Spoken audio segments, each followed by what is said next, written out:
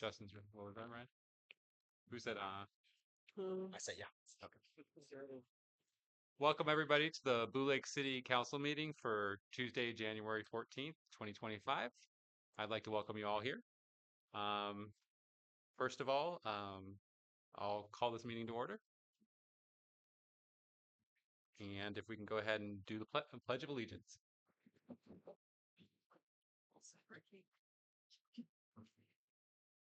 I pledge allegiance to the flag of the United States of America and to the republic for which it stands, one nation, under God, indivisible, with liberty and justice for all. Thank you. City Manager Megger, go ahead and please establish the quorum of council.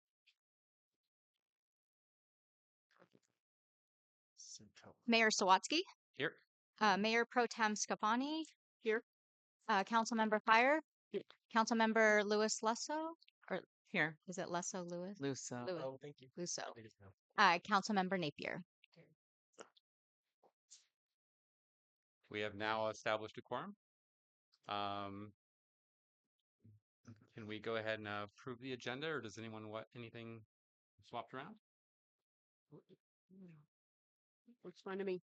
Nobody? Hearing none? Can we get a motion to approve the agenda? Second. Oh, got it. All those in favor say aye. Aye. Aye. It passes unanimously. We will now go ahead and open this up for public comment. The public is invited to present petitions, make announcements, or provide other information to the City Council that is relevant to the scope and authority of the City of Blue Lake. This is not, if this item is not on the agenda. The council may provide up to 15 minutes for public input session to assure that each individual presentation is heard. The council may uniformly impose time limitations of 3 minutes to each individual presentation. The public will be given the opportunity to address items that are on the agenda at the time the council takes up each specific agenda item. Thank you. Anybody? Yes, please. Thank you. Good evening, Mayor and Council. Thank you. My name is Allison Talbot. I'm your local government relations representative for PG&E. I live here in Humboldt. I cover Humboldt and Mendocino counties, working with local governments. I will say I am very grateful to Blue Lake City Manager, who's always very professional and kind in our interactions. But I am available to you at any time. The city manager has my email address, my cell phone number. If you have any issues with PG&E or your constituents do, I'm here to help. And that I just wanted to, I guess, say Happy New Year, and I'm here if you need me. Great. Thank you very much. Thank you. Thanks, Allison. Anyone else from the public? Go ahead.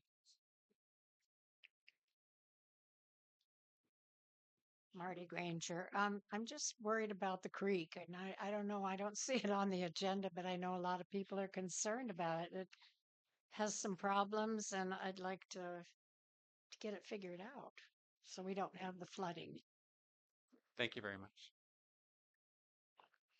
Anyone else? Go ahead.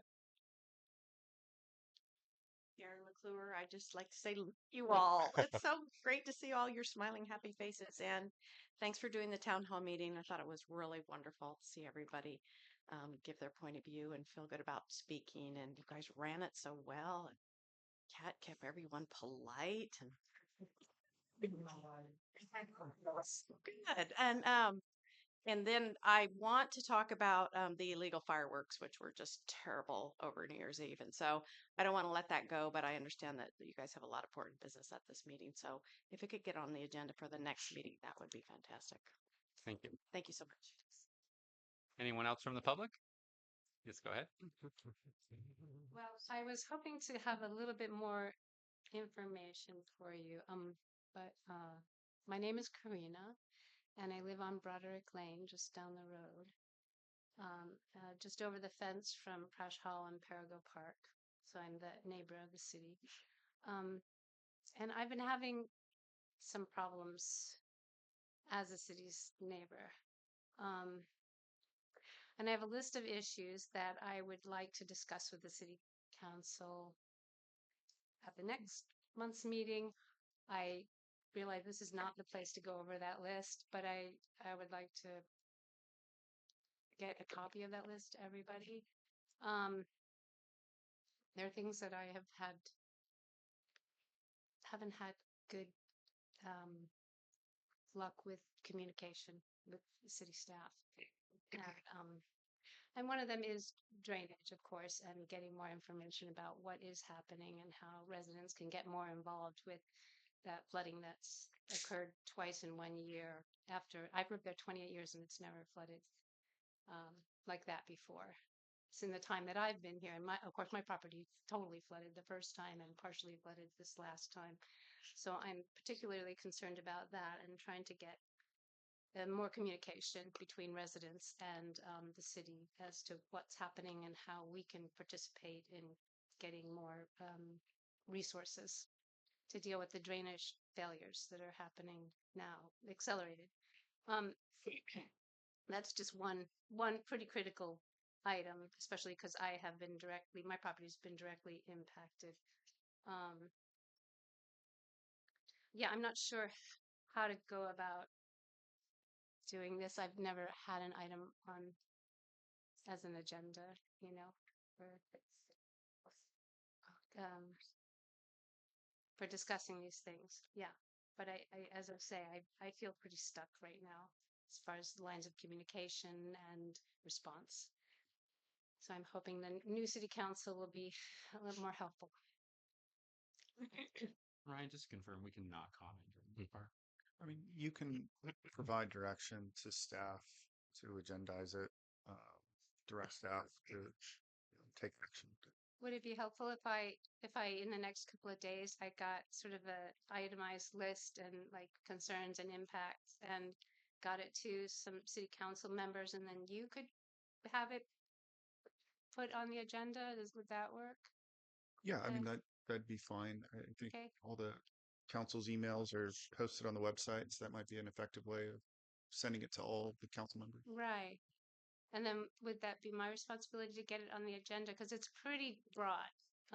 But does have to do with me being neighbors of the city and my particular awareness of problems.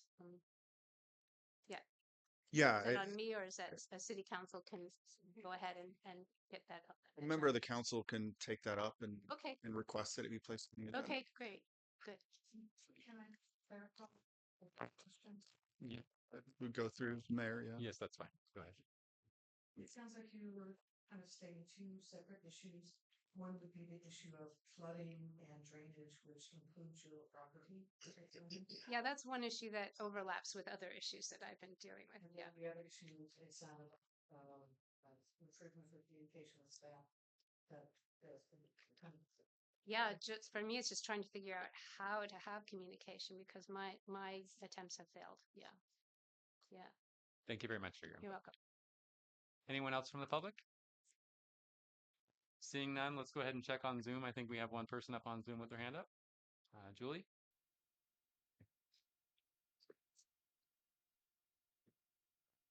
One moment. We're still working on that.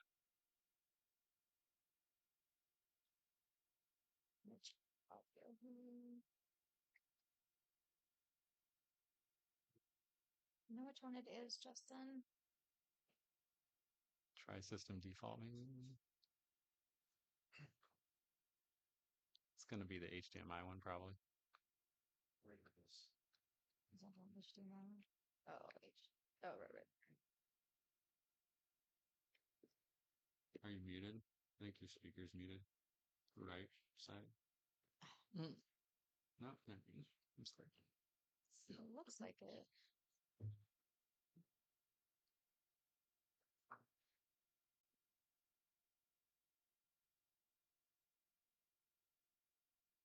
Julie, we're still waiting. I apologize.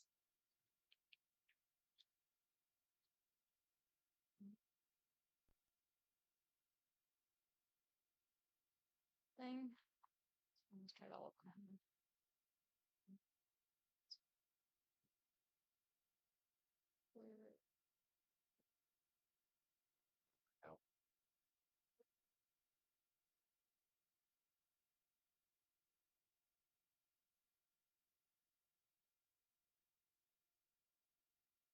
Yeah, I was just looking at it's just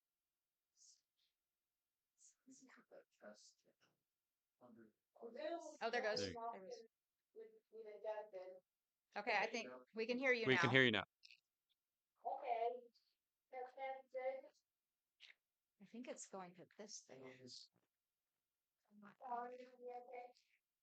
We can hear you. Yeah. I'm not sure if it'll be in the recording, but we'll do our best.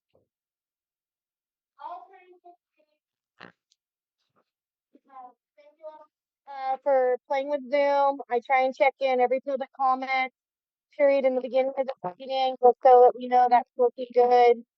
I have a lot of goals and aspirations for you guys this year. But the main thing, like Allison coming in, communication with the entities that our city is dealing with.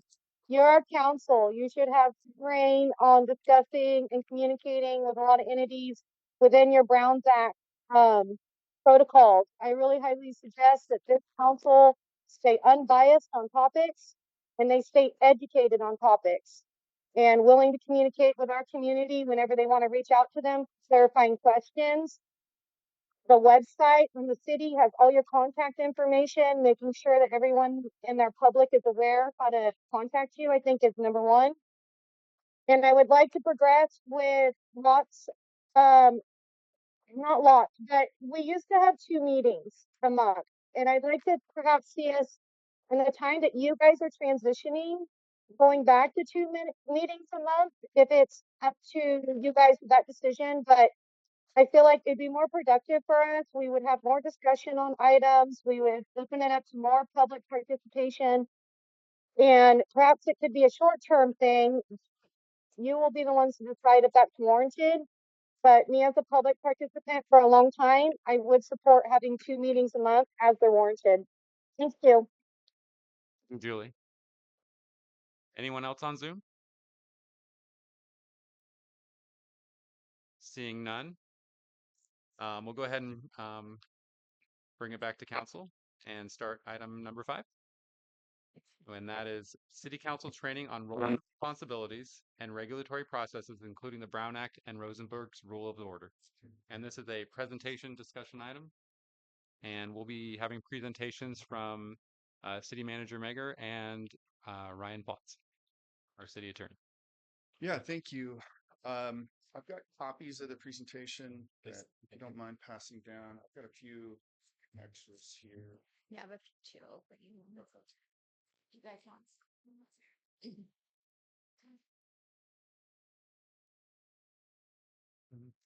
So this is the second presentation that I've done for the city of Blue Lake in the last few years, but since we have city council members, I think Elise, you were the only one that was present for the last one. So I think it's a good opportunity with the new council to go over the basics, the fundamentals of serving on a city council. There is a more complex, comprehensive training offered by the League of Cities that you may want to look into. They have a lengthy new council member orientation training, covers a lot more topics and goes a lot more in depth.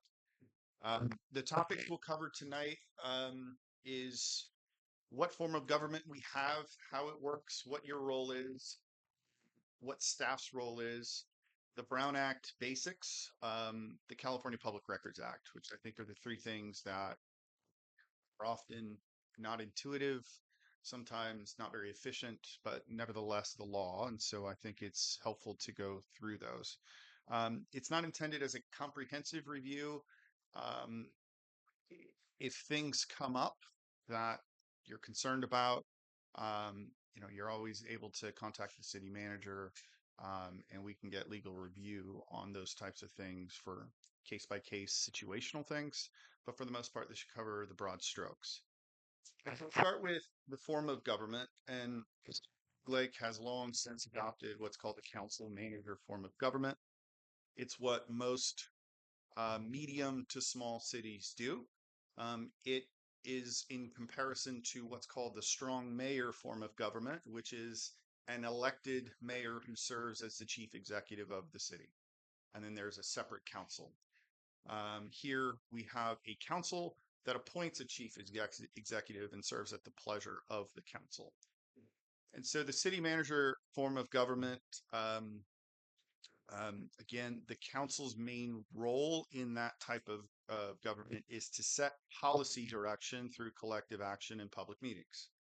The city manager and through the city manager staff is responsible for carrying out the council's policy directives through the day-to-day management of the city's affairs. And Mayor Sawatsky, look, if you don't mind, I'm happy to take questions. Stop me at any point. If you want to take questions at the end, I'll leave that up to you. But What's easier for you? I think if the council has questions on the particular slide, go ahead and fire away instead of coming back to the top. So if you have questions, stop me at any point. Great. So the council manager form of government is most analogous to Recording in progress. a corporate structure where you have a board of directors that appoints a CEO who then carries out the board's directive. And that is essentially what we have here, with the council serving as the board and the city manager serving as set policy direction in a variety of ways. Setting what is the law is for the person, not through ordinances, which then and the council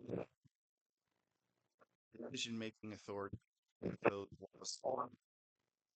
the city manager would have primary authority over the enforcement of those laws. Policy is also done through general plan. As you know, has been talked about recently, particularly the housing element. But the general plan in all of its elements is the council's primary opportunity to set the direction for the city. What are our goals? What are our objectives with respect to housing, land use, conservation, and everything that the general plan entails? Council also sets financial policies. Most often, that's procurement policies as to how the city contracts for services. So competitive bidding requirements, the city manager procurement authority, when the council needs to get involved with a particular purchase. The annual budget is another opportunity for the council to set the city's priorities. Where do we want to spend our money? Spend our money on. Most often, that is the single most important document that the council will adopt on an annual basis, because set forth the city's priorities. What programs we want to focus on? So I really encourage the council in the budgeting process to take time, really understand really understand historical budgets, and think about what policy priorities you want the city to accomplish, where you want to put your money.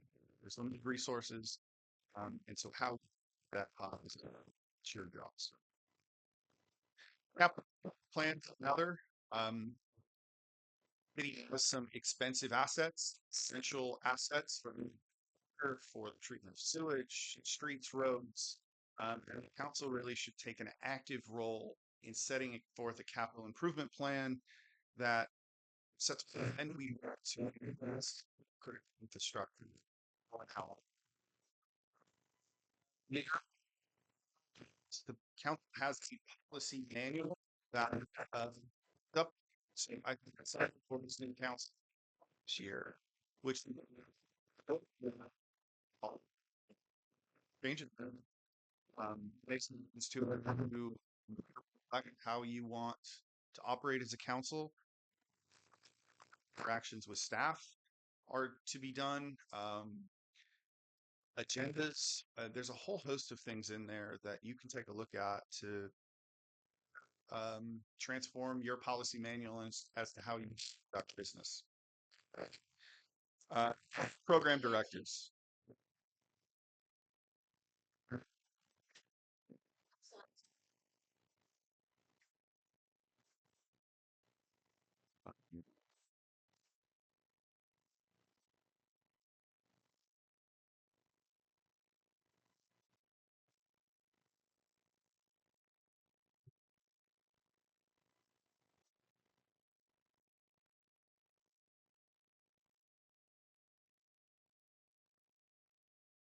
Can you hear now?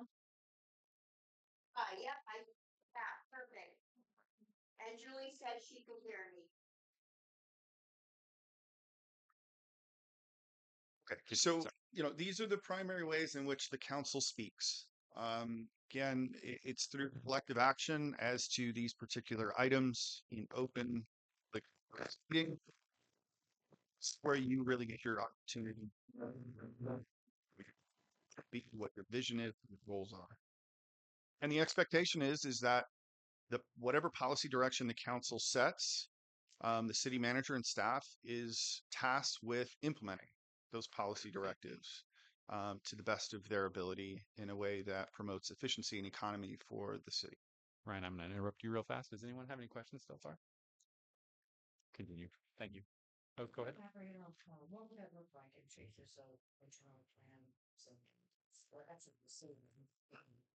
Yeah, so the general plan has, I think, 8 elements at this point. The housing element is the one that is required to be updated on a somewhat frequent cycle. The rest of them are updated on an as-needed basis. And so the council can, provide some direction to your city planner and staff to, to look at the general plan, to do some work sessions, study sessions on what the general plan states. And you can look at what it would take to amend the general plan, and if amendments are necessary. It is a lengthy and expensive process. It's you got to go through CEQA and other things in order to do it. It's not easily amended, but again, it is the primary policy document that sets forth the vision for the city. So I would encourage each of you to really take a hard dive into the general plan. And think about areas that you may want to see amended. And then, discussions can be had, at meetings with staff about what it would take to go forward with the general plan update, because you'd have to put some resources into it. And so I know with the housing element, we got a grant in order to conduct that work. And I don't remember what the grant was, but it wasn't insignificant. No, it was well over 80,000. Yeah. So it is a resource allocation that would need to be made. But again, that's the city's primary document that sets forth our goals and direction for the future. Mandy, do the funds go towards staffing for the city, or do we outsource the development of the general plan? Yeah, so we received funding through 2 state programs, LEAP and REAP, and those funds went to basically consultants because we don't have anyone. I'm not qualified to do that type of work. It's not in my area of expertise. So we contracted that work out. SHN did the bulk of that work. So Gary Reese, the city planner, um, helped to write the grants and seek the funding, and then implemented the programs under the funding. Great, thank you. Yeah. Does anyone else have any more questions? Continue, Ryan. Sorry. Sorry. Sure. I did have, and you might be going there, but I'm just wondering. The general plan is a great big overarching document, but there's, I'm guessing, numerous other levels below that help to implement program, direction and vision, and that's not such a huge lift for updating. Absolutely. And in the primary area would be land use and zoning. A big part of the general plan is setting forth zoning, land use. So both in terms of allowable uses, what a particular area or property is going to be zoned, what that zoning code allows for. As long as your changes to the municipal code with respect to land use and zoning are consistent with the existing general plan, the council can more easily tweak land use and zoning and allowable uses through ordinance amendment. It's a process that needs to go first to the planning commission for a recommendation, and then it comes to the council for first second reading. But that is an opportunity, as long as we're staying within the bounds of what the general plan states, to amend land use zoning through ordinance amendment. Yeah. And that's the same with all of your ordinances, right? I mean, as There's land use and zoning is the primary category that needs to be consistent with the general plan because the general plan doesn't speak to a lot of the other things. But the council has the opportunity to revise, amend, rescind, replace existing ordinances uh, at its desire throughout the term.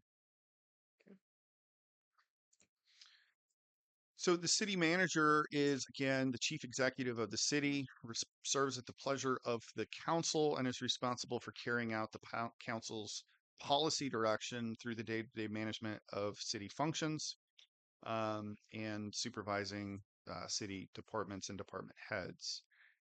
Day-to-day duties are typical chief executive responsibilities, hiring and supervision of city employees. The implementation of the annual budget, again, that's a major policy document that the city manager and staff must comply with, and the assurance of the quality delivery of municipal services to the city. The city manager's role is codified in the Blue Lake Municipal Code. I won't go through all of them, but it's really the day-to-day management functions of the city. So law enforcement, personnel, recommendations to the council on policy for adoption, preparation, submittal, compliance with the budget, expenditure control and purchasing, and other duties that the council may delegate to the city manager. And that's section 2.12070 of the Blue Lake Municipal Code. Can I ask a Sure. question? So I probably read this municipal code about 3 years ago, and I noticed treasurer, and we don't have a treasurer. We have finance manager and a contracted accountant. So I'm wondering what that means. I mean, why don't we have a treasurer? And could we have a treasurer? And if we did have a treasurer, would that be our finance manager, or who would it be? Oftentimes, the treasurer is appointed from amongst the city council, such as the secretary. Um, Sometimes it's the secretary treasurer. Sometimes the finance director serves as the treasurer. The treasurer has somewhat limited responsibilities. It's not keeping of the books. It's not the accounting. It's really ensuring the warrants and disbursements are issued, being the person ultimately responsible for the financial health of the city. Usually it's appointed from amongst the council. And that's a role that we could look at. I don't know in our situation whether the finance director is also the appointed treasurer of the city. I might have to look. But if it's not appointed from amongst the council, it's usually the finance director that serves that role. Okay. And then that would be obviously appointed by the council. I don't know if we've historically had a treasurer here. Yeah, I don't know. Yeah, or if it's provided for somewhere in policy. Good luck. Any other questions?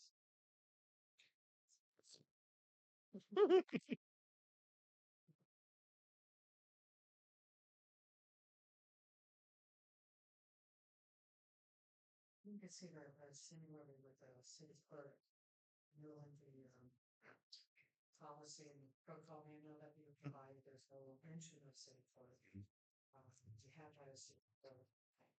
Seen by resolution the duties of the city clerk were consolidated with the city manager. So it's kind of seems like really Kevin's high without doing it. Yeah, I have a slide on here on what the city clerk's statutory duties are.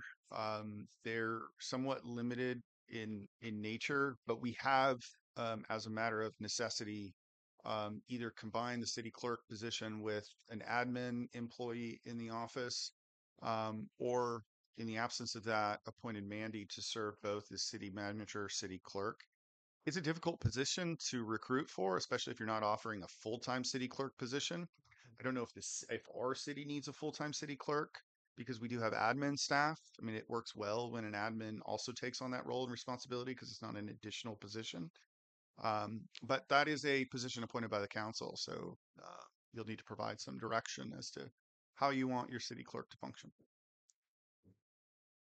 And I think that's coming up at the next council meeting for discussion.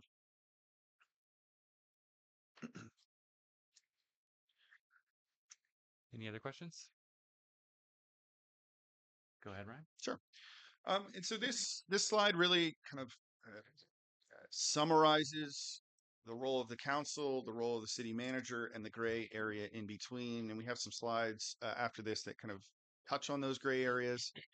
But there is a lot of gray area there between what is a policy directive versus what is day-to-day management. And so, the council manager form of government is really predicated on the basis that you, as the city's citizens' representatives, know best what they want in terms of policy direction, vision for the city, what we want the city to look like.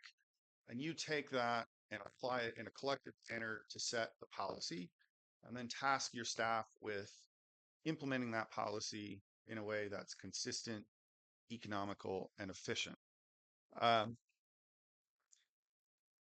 it's based on the reality that you have a full-time professional staff, and also that the council, by the nature of the Brown Act and other laws, can't operate the day-to-day functions of the city. It just doesn't work. There's 5 of you. The council only acts through collective action, and you can only meet during a noticed, publicized meeting.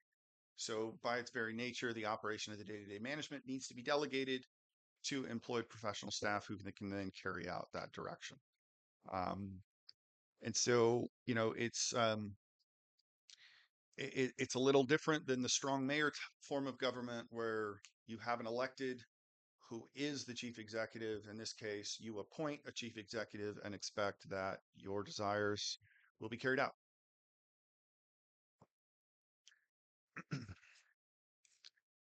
Navigating the gray area between policy and day-to-day management is essential, and something that both the staff and council need to be cognizant of in order to create a good situation for effective governance and delivery of services.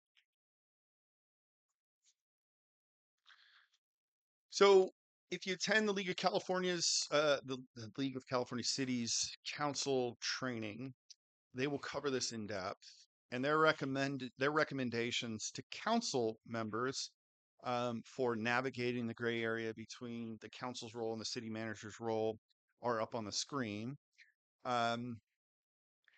In short, they're that you hold a different position now than when you are a member of the public. Your actions represent the city, and are often imputed to the full council and to the city. Have a good understanding and a respect for the differentiation between your role as a council and staff's role as staff. Develop mutually beneficial working relationships. Appreciate the legitimate difference between the community perspective and the professional technical perspective. And that's also an area of big frustration. Government often moves slow, and it's because there's a lot of red tape. And oftentimes, if you don't live that red tape, it's frustrating as to why things don't get fixed sooner. Things don't change. Ordinances aren't drafted. City resources aren't expended in a particular way. There's a lot of things in government that is not efficient, and that requires a lot of preparation time, due diligence, and compliance. And so having an appreciation for that aspect of some of the things that a government does, I think will be helpful to understand the community's perspective, but also understand the flip side, which is that while the community may want something very badly, it may not be able to happen on the time frame that would otherwise be expected, or that might be doable in the private sector. We all know CEQA, and it's often a roadblock and barrier to quick and efficient action. But it's also an area that is highly litigated. And so that is just one example of reasons why something may not be able to be done as quickly as possible. But I would encourage each of you, if you have that frustration, to take the time to understand from your staff what the barriers may be that don't allow for quick um, decision making or quick action with respect to a particular initiative that you'd really like to accomplish. Another big one that I hear a lot from um, uh, city managers, executive directors, general managers is they need clear policy direction in order to do their job. Um, it is not often helpful for a chief executive to have vague directives when it comes to particular policies or competing directives from individual council members. We'll get to that in a minute, but the more clear that you can make your direction to the city manager as to what your collective desires are, the better off your city manager is going to be and able to deliver on your policy objectives. So when crafting directives, think not only about the end game, but how we get there, and how you might be able to provide directive to the city manager as to how, what, why, and when you want something accomplished on a policy level.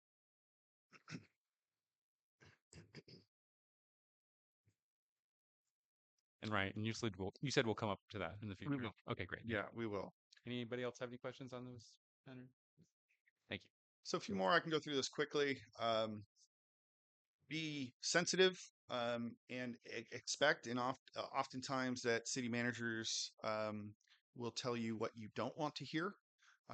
It's not always a yes. That's easily accomplished. Oftentimes, as we talked about, there are a lot of barriers, whether it be budgetary or legal, compliance or regulatory reasons why something can't get done as quickly or if at all.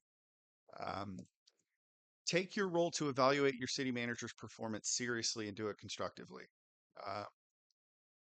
City managers typically are evaluated annually. That doesn't mean it can only be annually. It could be more frequently. Again, that is your decision. City managers serve at the pleasure of the council. So that's a great way to develop goals, measure performance against goals, and provide clear directives as to areas for improvement or things that you'd like to see done in a different way. This is a good opportunity to have a candid discussion about the state of the city.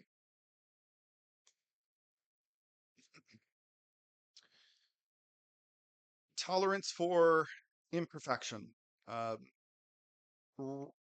Mistakes should be tolerated because they're going to happen. In any organization, whether it be public, private, or otherwise, you've got to have a tolerance for mistakes. That doesn't mean there shouldn't be accountability, but there should be understanding that you have a limited staff with a limited budget, and mistakes are part of large operations. Try to focus feedback on service quality, not individuals. Again, attacking, commenting to individual employees of the city is rarely ever effective. I would keep your feedback on service quality and the operational aspects, certainly not personal attacks, and do it in a constructive way, and do it through the city manager. And we'll talk about that a little bit more. But when you provide feedback, try to make it constructive, because at the end of the day, you're providing feedback so that there is a positive change. And so if you make your feedback constructive and helpful and cooperative, It better fosters an environment for your staff and the council to work better together. Brian, quick question Yeah, on that. Is it okay to give one-on-one positive feedback on absolutely. something, Absolutely. not as a full council, correct? Correct. Okay, great. Thank you. I think this is an obvious one, but don't expect city managers to take sides in council member disputes. Um, it's not their job, and they shouldn't be put in that situation. Don't jump to conclusions regarding citizen and customer feedback. This is one that's important. Um, you are the council. You are often seen by the community as being 100% in the know and that you speak for the city. So when you receive citizen customer feedback, it's important not to accept as true the nature of the complaint or the factual predicate under which it's based. Accept the complaint, thank them for bringing it to your attention, and have a constructive meeting with the city manager about the complaint. You could bring it to the council, but it would be better to have the complaint investigated to determine what's true, what's not, before accepting as true what may not be true. And when it's accepted as true, even though it's not true, it often creates a perception that, and it gains traction, whether it be on social media or public in a meeting, that, council member A told me I was right. And that's, oftentimes that's all somebody needs to hear, especially when they have a complaint that they're passionate about. That's all they need to hear. So when you receive citizen complaints, uh, customer complaints, whether it be in the water or wastewater, acknowledge the complaint, um, but investigate it. Do what you need to do. Have a meeting with the city manager. Figure out what's true and what's not.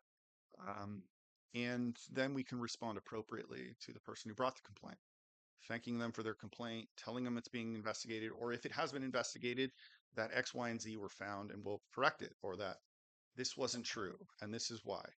Um, so I think that's an important one because you are seen as the city, all knowing, and in the know on at all times on everything happening within the city. And as you know, that's often not the case. You meet once a month. Between meetings, you may not do any city business, or you may do a lot of city business. Um, but that's an important one that I'd like to, emphasize because oftentimes that's what you get as members of the city council is people bring you complaints.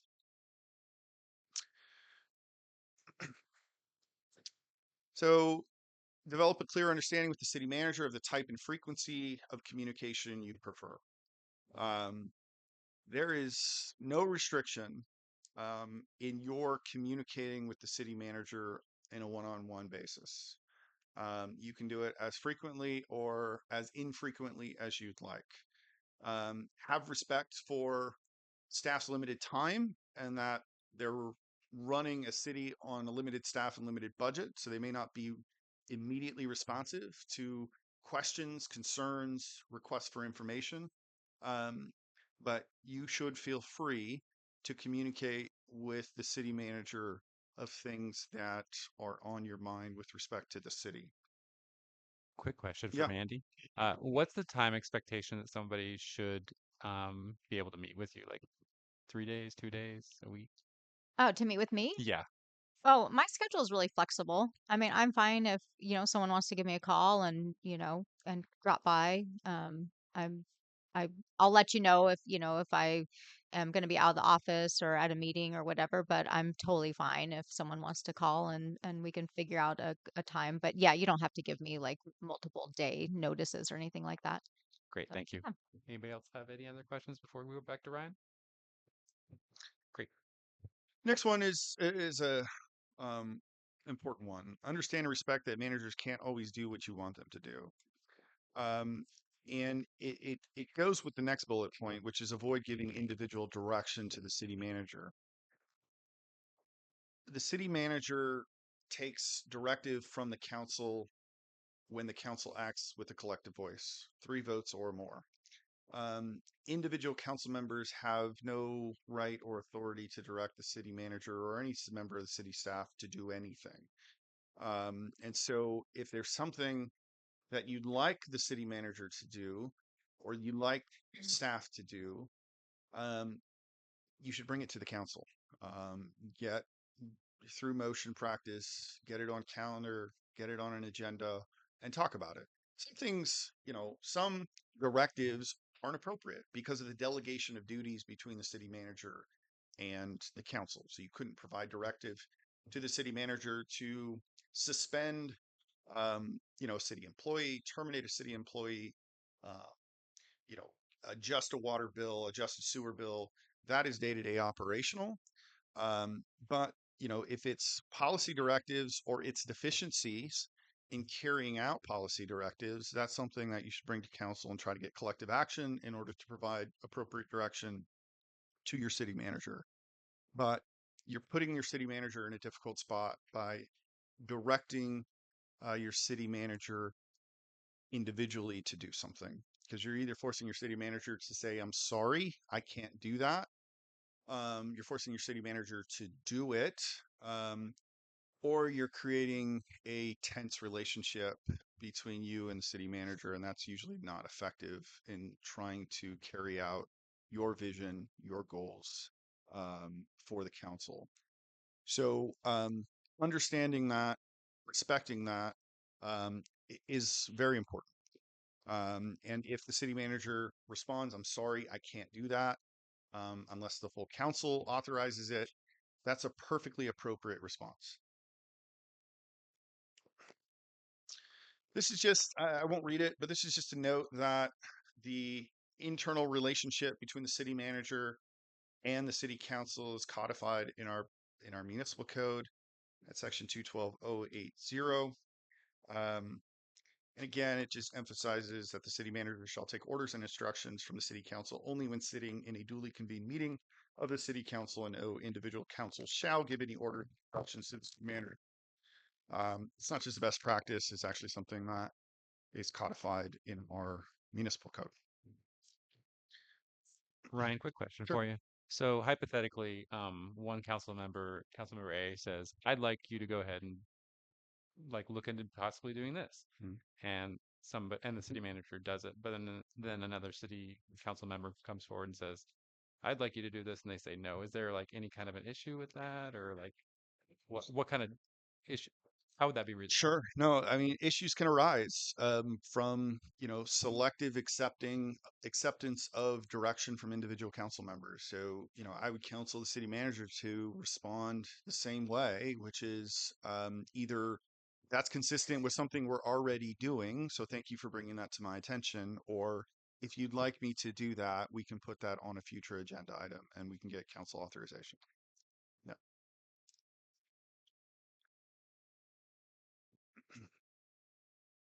So I wanted to put, before we move on from the form of government. Napier had one. Oh, sure. Councilmember Napier had a question. Thank you, Mayor Sinsky. I think it's pretty clear though, even if it was my opinion. Even if it was an ad hoc committee of only 2 members, it still wouldn't fall into the ability to have a directive. Sure. Okay. Yeah, and that's an important distinction. Ad hoc committees cannot be delegated any authority of the city council. Ad hoc committees, by their nature, are advisory. They provide recommendations. They may act as a liaison between the council and another party. If it's a negotiating party, the city manager. But ad hoc committees can't be delegated anything that the council would have to do by the full body. And that's different from a standing committee. Standing committees can be delegated some authority in certain areas, but standing committees can only meet in accordance with the Brown Act. So regardless of the number of members on a standing committee, it's an agendized, open, public meeting whenever the standing committee meets.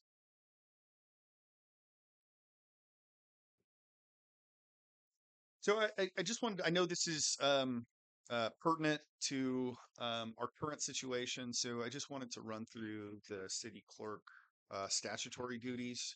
As you know, the city clerk is a position appointed by the city council. And that is the default position that the government code takes. The council can, through ordinance, delegate the appointment authority to the city manager. And some cities do that, some don't. Blue Lake, it's still appointed by the council. The primary duties of the city clerk are statutorily defined in the government code. And you see the list there. The only one that's outside the government code is the election related duties, and that's spelled out in the elections code. Primary duties of the city clerk are going to be keeping your minutes, conducting your elections, administering oaths, and certifying records. And then keeping the municipal code up to date. We have a publisher with the city that publishes a consolidated municipal code. So in that sense, it's keeping the publisher informed of any changes for the adoption of new ordinances. So the publisher can publish it as part of our municipal code. This says keeping accounting records. So that's the city clerk, not the finance manager?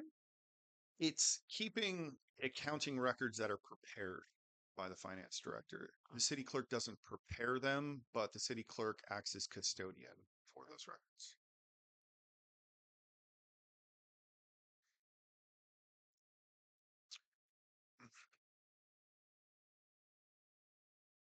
I think with that, we move on to Brown Act.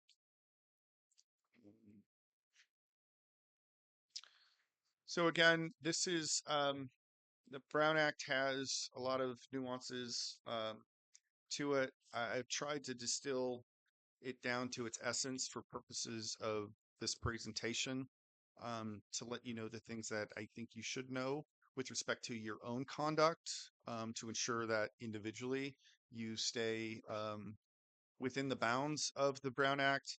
I'm happy to answer any questions on the finer details as we go through this. So the Brown Act starts with its original purpose, which I won't read this, but it is a legislative declaration that the business of government should be done open, and in an open and transparent way, and that they don't the people in delegating authority do not give their public servants the right to decide what is good for the people to know and what is not good for them to know.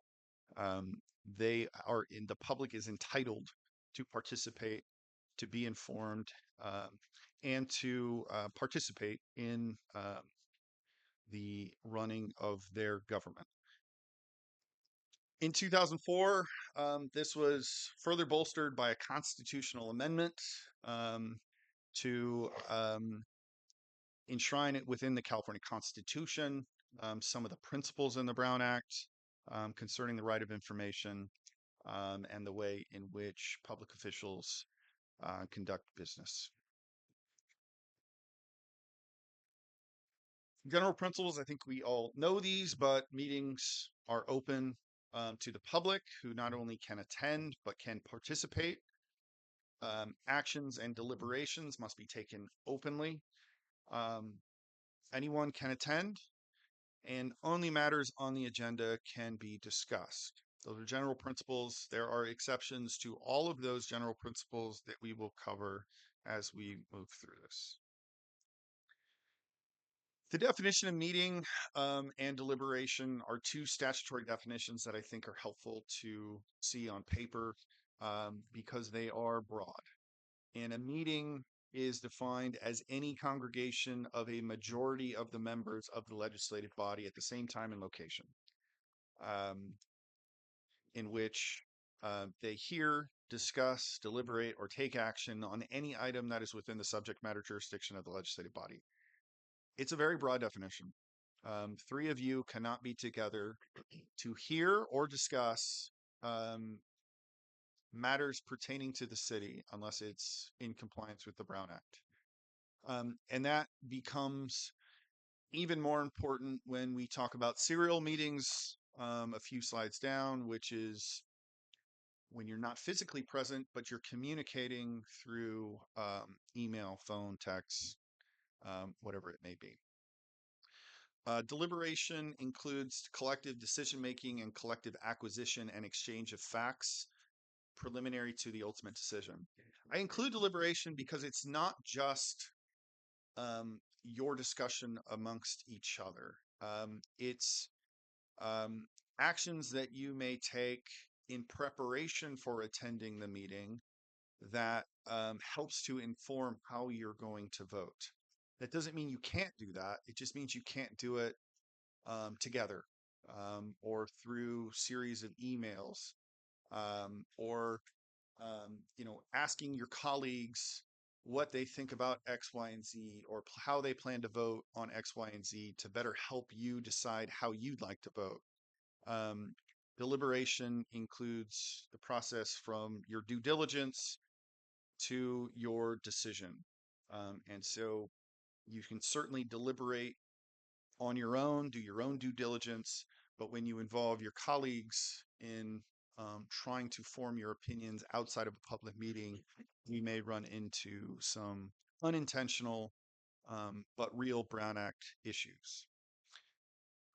Yeah, go ahead. So this says decision making and collective acquisition and exchange of facts. Mhm. So if say during your due diligence you discover some information that you think is pertinent Mhm.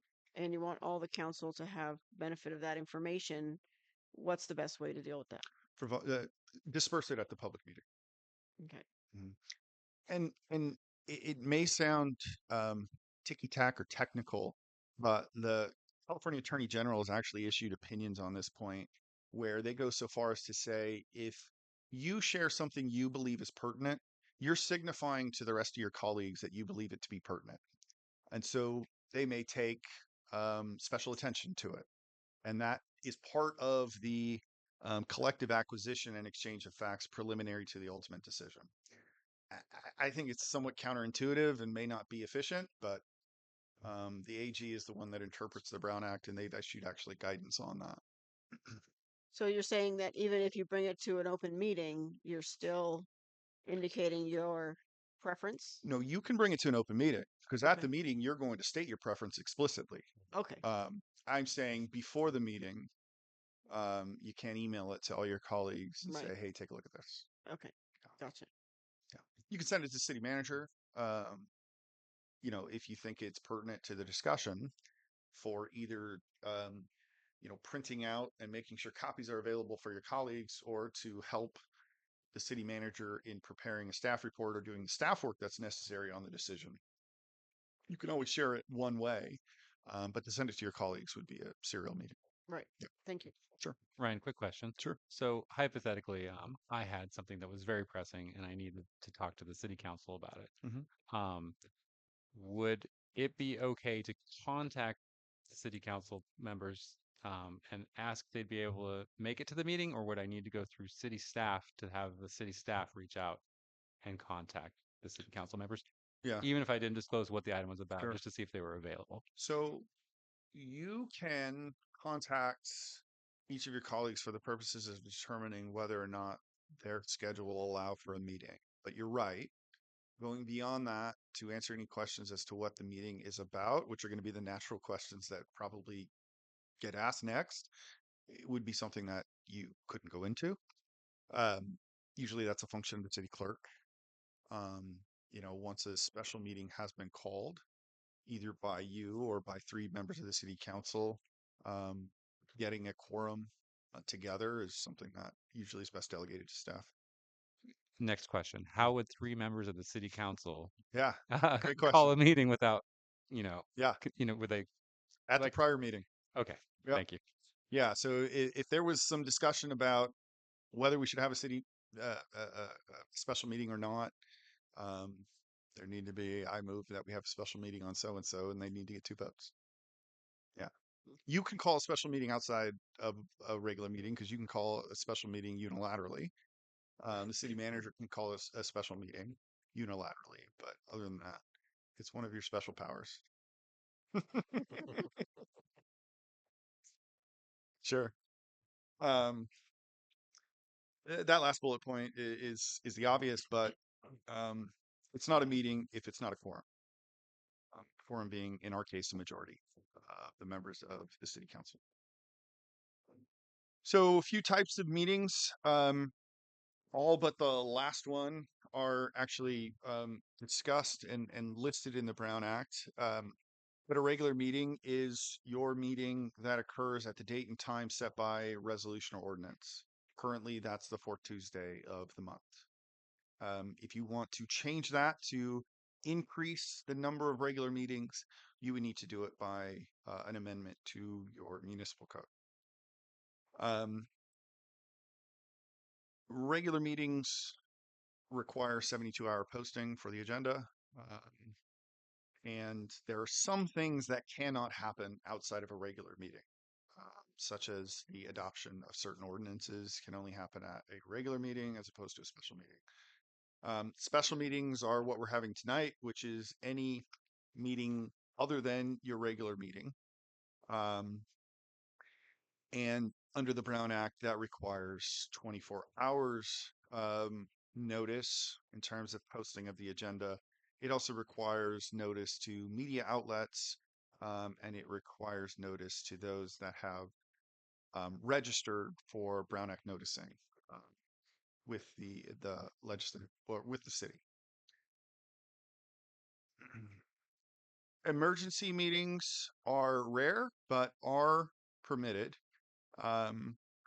And they can be held when prompt action is needed due to the actual or threatened disruption of public facilities. It's a rare thing. It requires 1 hour's notice, and it can be done, but hopefully never needs to be done. Ryan, quick question on Yeah. the media contacting for a special meeting. Do we have a list that we have to go through, or is it someone who's like filed that they would like to have us contact them whenever a meeting occurs? Usually it's a list, a city created list that lists out newspapers of general circulation within the city, and network local news media that cover the city's business. Great, thank you. Yeah. I don't believe the Brown Act requires news medias to register for notice, but there is a mechanism by which members of the public can put their name on a list, and they will get mailed notices of all special meetings. And that list is good for a year. Then you have to re-register. Adjourn meetings are essentially regular or special meetings that have been adjourned to a specified date and time in the order of adjournment. No separate agenda is required for adjourned meetings that occur within 5 days of the original meeting. This is often used in ordinance adoption, where first and second reading is required, but we, for whatever reason, don't want or don't have time to do first reading in January, a second reading in February, effective in March.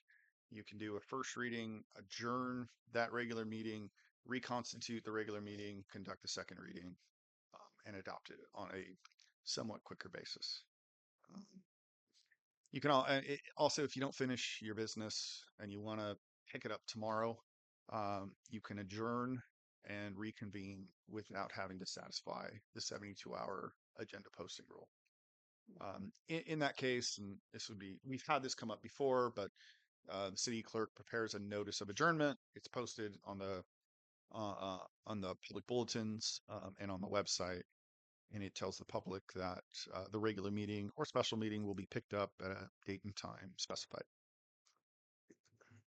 If we go beyond 5 days, we obviously have to post a new agenda. And then I always add informal meetings because there are some informal gatherings that a majority of members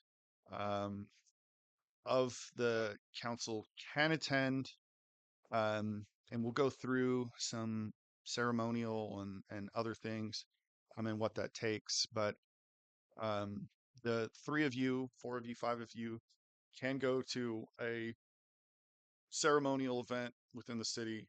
Um, we'll just talk about the conditions under which that can occur.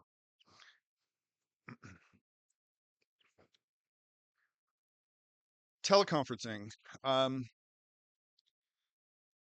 Pre-COVID, um, the rules were very strict and rarely used because in order to teleconference in, wherever you were teleconferencing from needed to be open to the public, ADA accessible, an agenda posted, and that location had to be noted on the agenda. It made teleconferencing somewhat burdensome. You know, if you were in a hotel in San Francisco, we need to post the room number, the hotel name, and you'd have to invite the public in. If you're in your living room, that's an even bigger problem. So it was rarely used. COVID changed that to a certain extent. For a while, it really relaxed it entirely. Um, and now we're left with AB 2449, which is the um, only current exception to the standard default teleconferencing rules that I just discussed, which remain on the books and are available. But AB 2449, in short, allows less than a quorum of the council to participate in a public meeting via teleconference. So 2 of you could teleconference in, 3 of you have to be here in order to utilize AB 2449. Again, quorum has to be present here in the council chambers, and a member seeking to participate remotely must demonstrate either just cause or that an emergency circumstance exists. Just cause, they're both defined.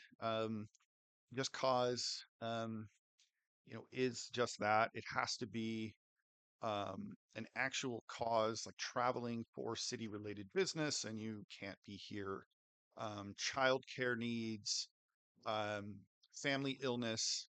There's a couple of other circumstances. Emergency circumstances are just that. Something's come up at the last minute. That's a true emergency that prevents you from being here. You yourself are ill, contagious. If you want the full definition, I'm happy to email that after. But I think the important thing, if you need to attend remotely, contact the city manager as soon as possible so that I can work with her to make sure that we either utilize the default teleconferencing rules or AB 2449. There's some procedural requirements. For example, at the outset of the meeting, the council has to approve the teleconferencing, and so we'll need to procedurally jump through some hoops, but it is something that's available to you. Important to note for this, if a council member is participating remotely, the public also has to be permitted to participate remotely in the same manner. I know we use Zoom anyway, so that would satisfy it, but we'd be back to the old rules, whereas if there's a technical difficulty that prevents the public from participating when a council member is participating, we need to stop the meeting. So anyway, yeah. Very strange question. Hypothetically, if somebody joins the meeting mid-meeting and then leaves as a council member, would that be any kind of an issue, or would they just continue the meeting on as Whether it's in person or teleconference? teleconference specifically? Yeah, no, it's once a quorum's established at the beginning of the meeting, then business can be conducted. If you lose a quorum during the meeting, like if 3 of you were to get up and leave, we need to adjourn the meeting. We also have parliamentary rules where if there's only 3 council persons left and a decision is 2-1, our council policies and I think our parliamentary rules may require that to come back to the next meeting. I'd have to look at the particular circumstances, but if you have a member leave, you can continue to conduct business so long as you have a quorum present. Great, thank you. Yeah. I have a question. Yeah. So a little bit ago, you said something about you mentioned amending ordinances in the municipal code and resolutions and all this good stuff. So I'm wondering if you can kind of go over the process for for amending the municipal code. Yeah. Kind of the steps. Yeah. Steps, it depends on the nature of the ordinance, and I can clarify that. But generally speaking, for ordinances, step one is obviously you got to develop the ordinance. And whether that's a meeting at which council says, city manager, we'd like you to develop an ordinance for X, Y, and Z, or we'd like you to amend ordinance 15 to include X, Y, and Z, and there's collective action, then an ordinance would be developed, drafted. City attorney has primary responsibility for drafting ordinances. That ordinance would then come to the council for a first reading and introduction. That would be the first opportunity and the first step of the adoption process, at which time the council would review it, make any changes that they want to it, and then conduct a first reading and introduction. Generally speaking, an ordinance needs to be read in its entirety into the record unless, as part of the motion, you waive reading. And that's generally the recommendation. So that's step one. Introduce, conduct the first reading. Usually it's by title only. Assuming the vote's successful, it would then come back for a second reading and adoption. And at that point, the ordinance would then be enacted, and it would become effective 30 days after it's adopted. There's restrictions on amending the ordinance between the first and second reading. So if the council conducts a first reading, you can't then, when it comes back for a second reading, make material substantive changes to what has already been introduced. You either adopt it as introduced, or you say, look, we didn't catch this, or we want to change this, or on second thought, we wish we would have said this. That needs to go back through the process. Okay. There are some types of ordinances amendments to the zoning code, which require a few additional steps. Amendments to the zoning code have to go through the Planning Commission first. And the Planning Commission has to act on them by recommending to the council changes to or a proposed ordinance. They have to prepare a report. Usually that's in the form of a resolution. You've probably seen resolutions from the Planning Commission recommending the adoption of X, Y, and Z. That then frees up the council to go through the ordinance adoption process, first reading, second reading, adoption. Those meetings often have to be done as part of a public hearing, which requires public hearing notices, whereas most ordinances don't require a public hearing. Is that So did you say zoning requires public hearing? correct? Other things don't. Correct. And is there a minimum or a maximum amount of time that has to be between the first and second readings? Yeah, 5 days. 5 days is minimum? 5 days. And Usually they have to occur at a regular meeting too. And so that would generally be an opportunity to utilize the adjourned meeting process. Ordinance cannot be adopted. Second reading can occur at a special meeting. So oftentimes you can call a special meeting 6 days before, do the first reading, and adopt it at your regular meeting 6 days later. okay. So can you tell us more about resolutions and what's a resolution exactly? Yeah, a resolution is a way of the council dating its approval or a position on a particular subject matter that is something other than law. Ordinances will create law. Resolutions memorialize a particular decision. There's really no rhyme or reason as to why a resolution is utilized as opposed to just reflecting a decision in the minutes, but usually it's momentous or important decision that you want memorialized in something other than just the minutes. So you'll use resolutions for approving real property, sometimes for approving contracts, for awarding contracts, for ceremonial items. Resolutions can be used in a whole variety of ways.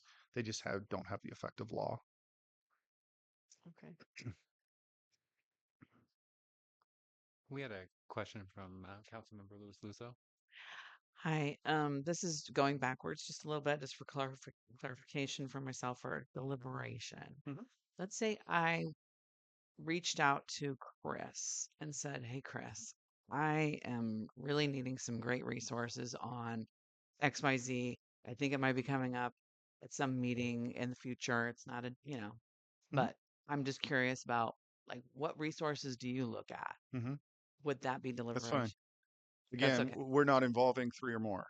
Okay. The problem arises though when Chris then goes um, to Councilmember Scafani and says, "Hey, I just talked to Michelle. She's got some great ideas."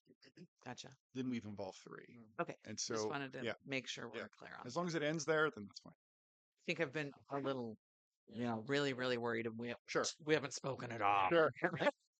We don't even look at each other on the street. Well, that decreases my heartburn. So Thank you. Councilmember Fire, do you have any questions? I just don't have a view of you, so I want to make sure. Okay, Thank you, great. John. And Councilmember Napier? Hey, also backing up to that. Trying to get from how long. Good job. Backing up to that part of the Brown Act again, um, how broadly or how specifically would you one be able to discuss? So we'll take the instance of the city is considering buying Murphy's Market and the content, and just a random example. We're not. Now, if I were to say, um, Mayor, what do you think about us purchasing this? Then I've just really broadly covered it. But if I said, hey, Chris, what do you think about us storing carrots and peas together on the shelves at Murphy's Market? Mhm. Does that work? So, I mean, I know this is a really silly example, but how much do we carve out or how much are we under an umbrella for a Mhm. particular topic? So you can confer specifically or generally with one of your colleagues about anything. You could talk to Chris about not only purchasing Murphy's, but purchasing Safeway too. I mean, you can get very specific. The problem arises is when either you then also talk to the mayor about it. So now three people have been involved in the conversation, Mhm. or Chris takes your comments and then passes them on. That's when a serial meeting occurs where we start involving three or more in a particular conversation. But two of you going out to breakfast and talking about everything under the sun that has to do with the city is perfectly okay. I, I think maybe to be more clear is that if, if Chris and I talk about the peas and carrots here Yeah. again, with Murphy's Market in mind. And then if John and I talk about the striping the parking lot of Murphy's, since we're still talking about Murphy's, Yeah. does that mean that, ooh, that's in violation? Or I mean, they have nothing to do with each other, but they are part of the same project. If they have nothing to do, if they truly have nothing to do with each other, and there's no way that three people have heard your perspective on the particulars of the issue, then that's okay. I would be careful about that because then we're really getting granular. Um, and the perception would be that you talked about Murphy's with two of your colleagues, and now three people have talked about Murphy's when the discussion about Murphy's should have been done at a public meeting. Lastly, I want to Yeah. apologize to the owners of Murphy's for using that as an example.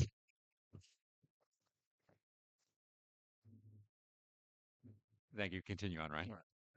Next slide. So we're starting to cover kind of the essence of what we just talked about, but this slide is probably incorrectly labeled. It talks about exceptions to the meeting definition, but really these are examples of things that don't constitute a quote unquote meeting for purposes of the Brown Act, so they fall outside that definition. Common. And so I just want to go through them quickly. You're free to talk with anybody in the city you want. In terms of the people that you represent. You can have individual contacts, individual meetings. You yourself can hold a town hall in which everybody in the city is invited to, and you are sharing their answering questions. That is perfectly okay, whether as part of a public meeting or outside of a public meeting. You can talk with news. You can talk with your city manager. You can go to other entities. You can go to Board of Supervisors meetings. You can communicate with anybody you want, except outside of a public meeting, you can't communicate with two or more of your colleagues. You can go to conferences, even if a majority of the council attends the same conference. This exception permits three or more of you to attend, for example, the League of California Cities Conference, so long as those meetings are open to the public. So if you want to go to the conference and it's a closed conference, meaning you have to pay and register, two of you can go, three of you cannot. But if the conference is open, all you guys can go. You just can't discuss amongst yourselves business of the city itself. Go ahead. Ryan, quick question. Yeah. Is there any expiration date on a Brown Act group? Like if we talked about Murphy's 2 years ago, Yeah. me and Kat, and then I was like, well, it's been a while. So I think me and Chris can go ahead and talk about it now. So I don't know if there's Yeah, it's a great question. If it's a project that project approval is still and it's taken 2 years to get there, and there's been a number of interim decisions that you've had to make along the way, it's a continuous aspect of it. If it's, you bought the property 6 years ago and now you want to develop it, that's a separate thing. Yeah. Attendance at community meetings. So this allows three or more of you to attend an open and publicized meeting held by another organization to address a topic of local community concern. Again, you're there as an observer and not as a panelist or a speaker, but you can certainly attend community meetings which are open and publicized. Brown Act doesn't define what is publicized and what is open, but if it's something that has been, I assume it's been advertised that there's going to be a community meeting at so-and-so, it's time. I would argue that would satisfy the definition. But it needs to be open to the public, truly, just like your meetings are. You can attend meetings held by other legislative bodies. So three of you can go to the Board of Supervisors meeting. Those are open and public, and that would be fine. You can attend standing committees as an observer. So this exception authorizes a majority to attend an open and noticed meeting of a standing committee of the legislative body, provided that the legislative body members who are not members of the standing committee attend only as observers, meaning you do not speak or otherwise participate in the meeting. And that would be a standing meeting or standing committee of the council itself, as opposed to a separate body such as your planning commission. So we don't actually have any of those, right? You don't. You don't.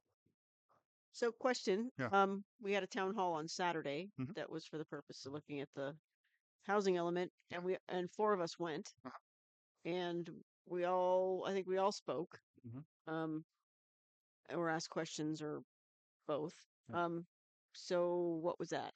I don't know if that was agendized at the town hall. I assume it was open to the public. Mhm. That's really a community meeting. Mhm. At which, as long as they're open and publicized, three or more of you can attend, and Okay. you can discuss matters within the purview of the city. You can't take action on anything, obviously, because Oh. it's not agendized, but it's a community meeting. Okay. Yeah. Social and ceremonial events are fine. Again, the same theme for social and ceremonial events. Just because it's a social ceremonial event doesn't mean that three of you can go over to the side and talk about Murphy's. So, the one that we hope we never have to deal with, but more of you can be compelled to testify before the grand jury if there's a matter that the grand jury is looking into.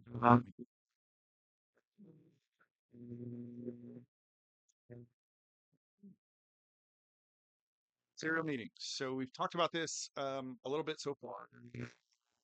The broad majority of you from series of communication in kind, directly or through intermediaries outside of a meeting to discuss, deliberate, or take action on any item of business within the subject matter jurisdiction of the city. That's the statutory definition. Usually you see those occur in one of two methods. You have the daisy chain, which is exactly that. Member A contacts B, B contacts C, C contacts D, D contacts E, and before we know it, everybody is privy to what member A had to say to member B. The hub and spoke method is where one person acts as a hub, for example, a staff member or city council member, and communicates with members of the council, each representing the spoke of the tire. One by one to discuss the local agency. The Brown Act does not permit staff from contacting each of you. What this is trying to prevent is one of you contacting staff and saying, hey, Mandy, would you mind contacting the rest of the council and letting them know that, you know, X, Y, and Z. Or I think this factual discovery that I found, this document is important. Would you mind distributing it to the rest of the council? That's the hub and spoke method, where one person's receiving information from a council and then distributing it out to the rest of the council. And that's where a serial meeting has been found to occur. So the moral of the story with respect to serial meetings is you can't email everybody. You will get one-way email from staff, and I always tell staff, make sure all the council members are in the BCC line so that nobody can reply all and say, that's a great idea. Or I plan to vote yes, or whatever it may be.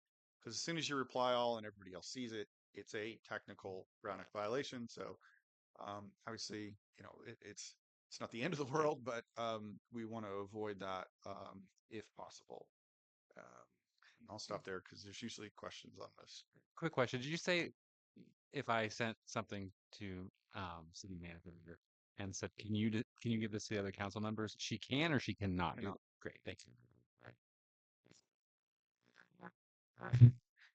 Similarly, on that, I thought I understood that if information, like for in preparation for meeting, if information is provided to one council person, then it would be provided to all council persons. That's from staff. Okay. So the Brown Act does require that once the agenda has been posted, simultaneous delivery of the packet and matters that are going to be under discussion of that particular meeting should not only be made available to all the council members at the same time, but they also have to be made available to members of the public. And that's usually accomplished through just posting the packet to the website concurrently with distributing it to the council. But if you were to send to Mandy, hey, I'd like you to distribute this to all the council members, Mandy's response will be, it'll go in the packet, but I can't send it in advance of the packet. Yeah. So, several months ago, one of the council members who was not on the agenda setting committee sent an email to both of the people on the agenda setting committee. Mhm. So there were three of us. Mhm. And the intention was, hey, I want this to be on the agenda. Mhm. Is that a violation? Yeah, we should avoid that. Mhm. So we include future agenda items on the agenda so that that portion, that those ideas are discussed openly and in a meeting. Okay. One council member could not send to two others that I'd like this to be discussed at the next meeting, regardless of whether there's an ad hoc committee or not. That should go to the mayor and the city manager, or to the city manager, or just to the mayor. But to involve three of you in that Okay. we should avoid. Right. So if we end up having an agenda setting committee or ad hoc of two council members, then one of those people could be designated to receive input from other council members, but not both. No, because then you couldn't take it to the committee and say, you know, Chris wants to discuss X, Y, and Z, because then you've involved three. The best practice is council members who aren't on the agenda setting committee Mhm. need to make their requests at the future agenda items section of the agenda during a regular meeting. Okay. And the agenda setting committee should then to what each of you respectively requested. And then that's the topics, along with any topics that staff wants to put on the agenda, should be up for consideration at the committee meeting. Okay. Yeah. And the intent of the agenda setting committee isn't to bring forward new items in that manner. It's to really just establish the order of business and whether if an agenda is getting too full, if things get moved to the next agenda, but not to establish the actual agenda items. That comes as to you guys as a full council under future agenda items to make those decisions. Mhm.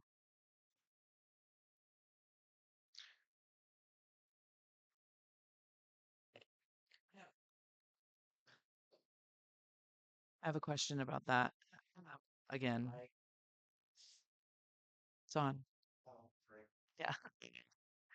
Um, if I wanted to change or maybe modify the format of an agenda, would I bring that up at this meeting or would I ask the agenda setting committee? Again, we're getting back into that. It should just be like mentioned at the meeting for the agenda items because it's really a format change request. Like like the location of Yeah, when the item comes for up. example, I would like to see unfinished business put at the top, unfinished from last time, um, or minutes at the beginning, or whatever. If I just wanted to change an order or had a suggestion for that, would that be something that I would bring up at a meeting here or discuss it with you? Well, I yeah, no. think I think under the council roles and responsibility, there's some conflict between the municipal code and that an order of business is one of those. And so I think it's a great topic for us to take on through that process to like look at the order of business to see if it makes sense. If we have an agenda, once it comes to, once you guys open your meeting, you guys always have the opportunity to move things on the agenda at that time as well. But that is one of the items that I think we should clean up is because I've seen it like three different ways. And it's different than the order of business that we've been conducting for years. And honestly, I didn't even realize it either. I went back and I was like, oh wait, this is different from here and it's different from here. And I'm not really sure how we got to this process. So that is definitely a cleanup item, but you can move items as the council. You guys approve the agenda and the order of the business. I don't know if that helps or And I not. would say I think our municipal code goes into a little bit too specific detail as to how the agenda is going to be ordered to where it's not easy to change. And so that may be something that we want to take from the municipal code and put into the council policies, which then allows more flexibility in terms of setting the order. We can, put in the manual, the process by which you know, the council can request things to be placed on the agenda and what process that goes through and those types of things. I think it's a great opportunity for you guys to revisit that part of your council policies. Chair recognizes council member, sorry, Kathy. Thank you, Mayor. Now I forgot my question. Okay, it had something to do with the agenda. I really did forget. I'll go ahead and go. Quick question. So hypothetically, we have a meeting coming up at the end of the month, and there's a sale on peas and carrots at Murphy's. And I want to get that purchase of those items on the next agenda. Do I need to call a special meeting in order to get that on the future agenda? Because the expiration on the sale is going to occur. Or how would we go about doing that? Yeah, I mean, the best way, would be one to have that initial discussion with the city manager to see if that's something that is going to be on the next agenda, and if not, whether it can be. Um, if ultimately you want it on the agenda, you need to call a special meeting in order to get council collective action, that directive be given that it be placed on the agenda. Um, and I think it's kind of why I want to revisit the way in which agendas are prepared, because usually the mayor and the city manager will come with a draft agenda, probably sit down with the mayor, review it in terms of the order of things, whether it's too heavy, whether it's too light, and that'll be it. Um, and then there's a future agenda section where the council member can say, "Hey, at the next meeting, I'd like to discuss this." Sometimes there are things that need to be stacked, right? I mean, if it's a decision on, I want to approve this contract at the next meeting.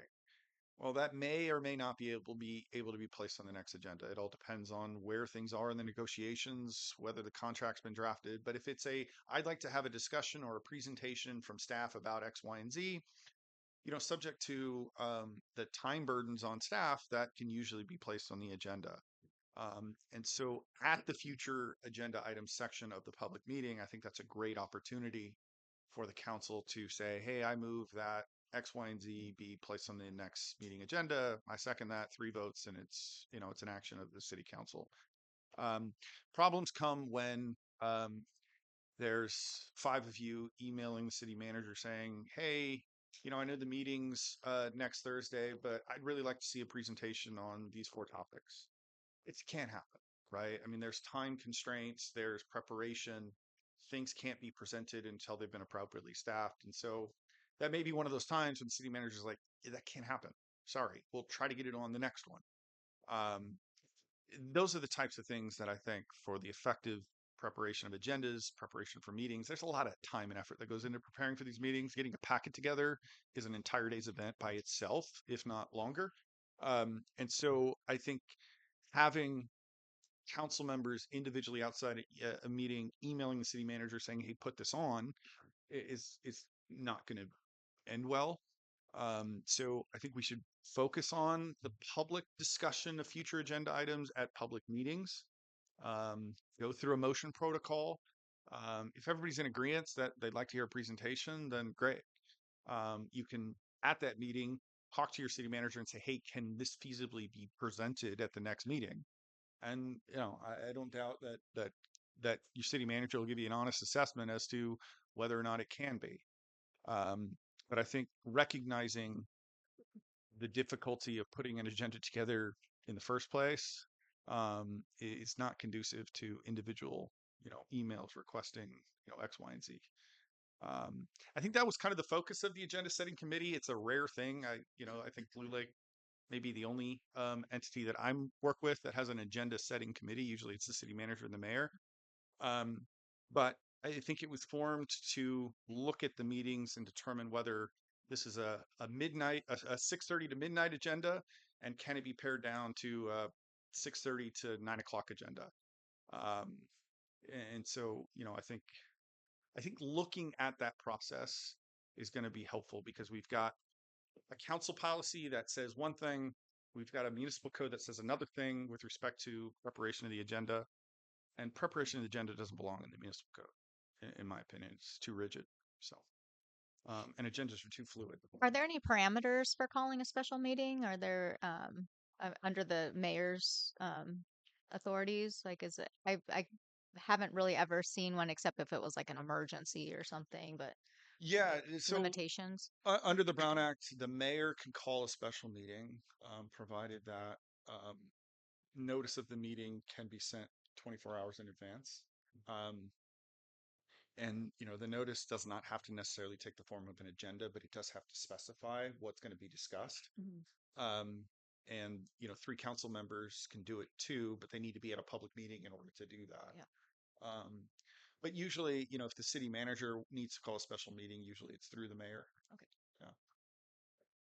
So I think that having been on the agenda setting committee, I feel that we used that committee in a way that was a little different than how we're discussing tonight. We did seem to bring new items into those meetings.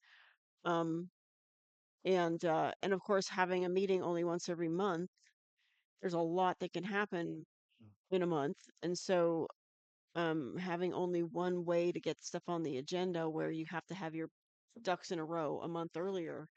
Um, that to me seems like an undue burden um, for all of us and all of our brains at the end of a meeting. And, we have no idea what might come up. Um, so, so I don't know, maybe either we may go to 2 meetings a month all the time. And so then that issue won't be so critical. There's not going to be 4+ weeks between the weeks. There's only going to be 2. So that makes sense. Um, but it seems like we just need ways to address, that giant time lag. Yeah, that's true. You also need, to place something on the agenda. You really do need the concurrence of 2 of your colleagues. Um, and so that's what that future agenda item section is for. Hmm. Um, if something urgent comes up, and it's truly urgent, I think it's going to either a special meeting is going to be called anyway, or it's going to go on the next council meeting agenda anyway. Um, but there's really not an effective way to provide that direction in terms of the agenda preparation outside of a public meeting. The agenda setting committee is an interesting idea to provide some feedback on what the agenda is going to look like. But using that to if it's the committee in isolation that's talking about, hey, it'd be great to discuss X, Y, and Z, fine. But when you start taking, recommendations from people who aren't on the committee and then bringing that into the future agenda or into the agenda setting committee meeting, then we get into a problem. Okay. Yeah, and I don't feel that was the intent of the agenda setting committee at all, to present new items that hadn't been talked about by council in open session. Yeah. It was really just to formalize what was going on at what place, and to determine whether, like you said, if it was too heavy, too light, things need to be moved around, but not what items are bringing new things that are outside of the scope of the full council. And I think that's consistent with the timing of the agenda setting committee meetings in comparison to when the agenda needs to go out, because Mhm. they happen in pretty close succession. Hmm. And so, if at the agenda setting committee, one member of the committee wants to bring a few items, there's really There's no time. yeah, I mean, there's not enough time to staff it up and get it on the agenda in time. So I think better use of the future agenda section of the meeting would be a good way to do it. And even if the agenda begins to list those items that have been approved as future agendas on the agenda, so there's a comprehensive list on each agenda as to the items that are still upcoming. I think that's a good way to track it. Any more questions from council?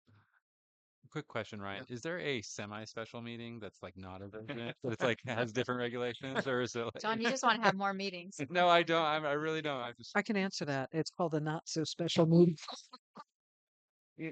So not in its technical sense, but there are workshops, study sessions, things that are described other than special meeting that are used to gather up 5 of you to discuss, consider. A lot of times there's budget workshops where the 5 of you may get together on a Saturday. This is open, and you discuss the budget. Uh, it's still a special meeting in its technical sense, but it's titled differently. Great. Yeah. And then quick question. If an agenda is ever too light, what do we do? Do we like Celebrate. Oh, we just get to go home early. Thank you.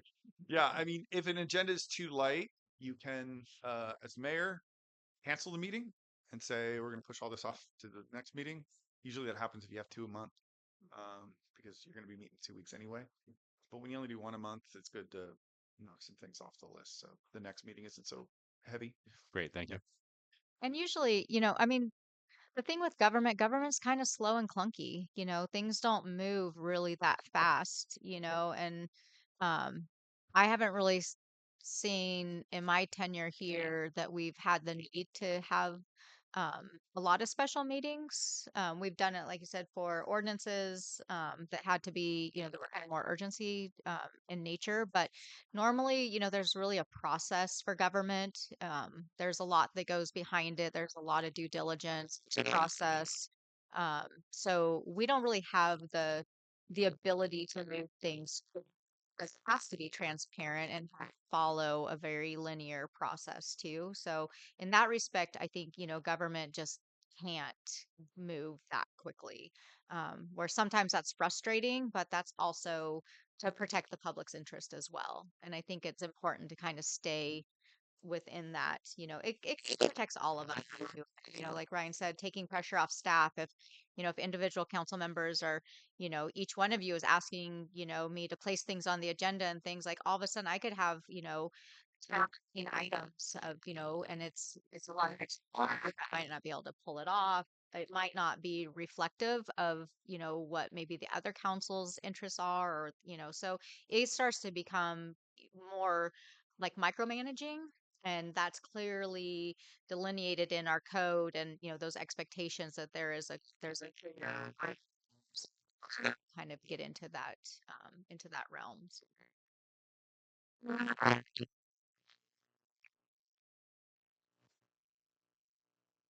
If there and the city manager get together the week of setting the agenda, and the mayor feels that, well, this agenda is too heavy, I don't want this item on there, that's going to take too long, let's just put these, or whatever. However that works. Um, how do you hash that out? I mean, if there's disagreement about what needs to be on there, um, I suppose you could just put everything on there, and then at the meeting you go, well, it's 8:30 and we're done. Everybody wants to go home, and so everything gets continued.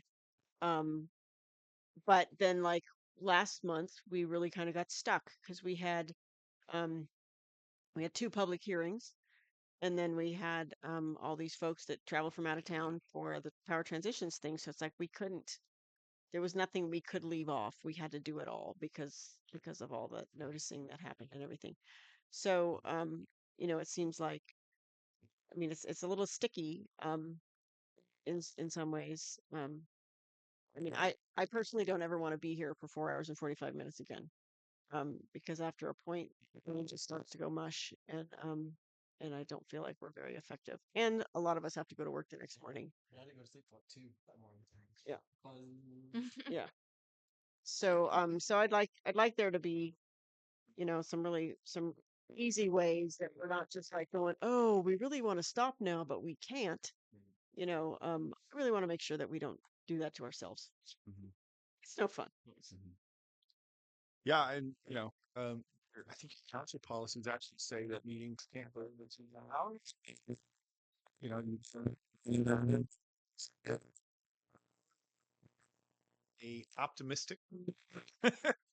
But another thing to look at as you're developing your policies is to kind of what that goal is and what you want it to be in terms of length of meetings. Some are going to naturally go long, some are going to be short.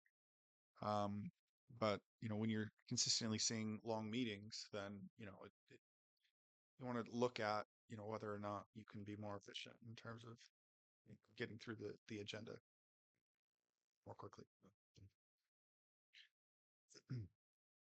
So in order to have two meetings a month, it's either one regular, one special, or we amend the municipal code to say that we're having two regular meetings. Is that right? You would, if you want to have two regularly set meetings, you need to amend the municipal code to say we want two regular meetings. If you want to say, or we're going to have one regular meeting, but we're likely, as needed, going to have special meetings, and you want to say we'll aim to do those special meetings on the second Tuesday of the month, and that's fine.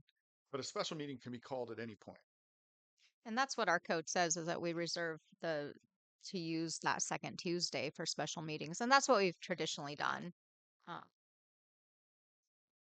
when we start looking at, we kind of know going into, by the time we get to, next week, for the next agenda, we're going to kind of know what's kind of coming down the pike. Like I said, nothing really happens super fast. So staff is tracking projects, timelines, and expectations. And so we can, we're pretty well equipped to be like, hey, we might need that second Tuesday. Like maybe we want to have, that Tuesday to have a deeper dive into an issue. It's more of a presentation that's going to take longer. But regular business, usually goes pretty quickly. So and in the past, what had happened, we are such a small staff that, by the time we were done with one meeting, we were literally coming back and having like 6 days to start preparing for the next meeting. And it was just really wearing people down, trying to get meeting minutes. And then we were getting behind because we were just not being able to turn stuff out because not only was your city clerk, but they were also accounts payable and, utility billing and all these other things. And, city manager, I'm trying to get agenda reports and manage staff. And, we just were really starting to kind of lose our functionality at that point. So we went to the one meeting with the reservation of the second. And I think as you guys start to kind of pick up, process, I think, you'll be okay. But I do think, a reasonable expectation is that a meeting will probably go till 9:30. That seems kind of where, when I look at back at the meeting minutes, we're kind of, 9:30, 9:34. It's kind of our timeline. Obviously, the last meeting, there was a lot with, the tiebreaker and everything that went into it, but that's not typical of a regular meeting. So can you talk a little bit more about working sessions? I think that's what you called it, a work session or a study session. Yeah, there's nothing special about them. Except they are a special meeting. Mhm. It's just a different agenda. Usually it's not decision related topics. It's discuss and consider the annual budget, or um, discuss new wastewater rates. And it's an opportunity outside of a regular meeting where a decision is normally expected at the end of the discussion to have a more exploratory discussion amongst yourselves about what you'd like to see, when this can be ready for decision, whether or not the budget needs more work or whether it's ready to go to a council meeting for approval. It's an opportunity to really have a um, working discussion where a decision is not looming. Okay. A lot of times discussions they go and everybody's waiting for somebody to make a motion. Mhm. Working sessions, the expectation is you're coming in just to talk. And maybe it's a little bit more open, maybe it's a little bit more freeing, and usually usually it's on a Saturday or just a time when there's not a huge time crunch. But there's nothing in the Brown Act that defines study session working group. It's just the five of you can get together for any reason as long as it's open, publicized. Mhm. And so it's just an opportunity to say our agenda is we're going to talk about X, Y, and Z. Mhm. And then are minutes taken? Should it be recorded? Can be.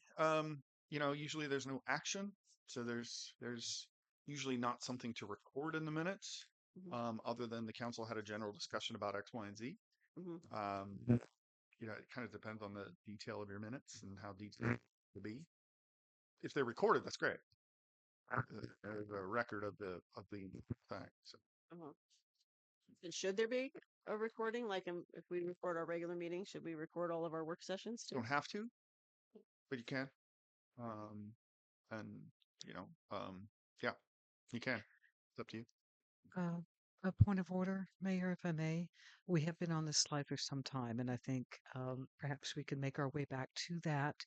I think these are wonderful questions, and I kind of suspect a future agenda item might go along the lines of, hey, let's take a deeper dive on some of these topics. Sure. Is that okay?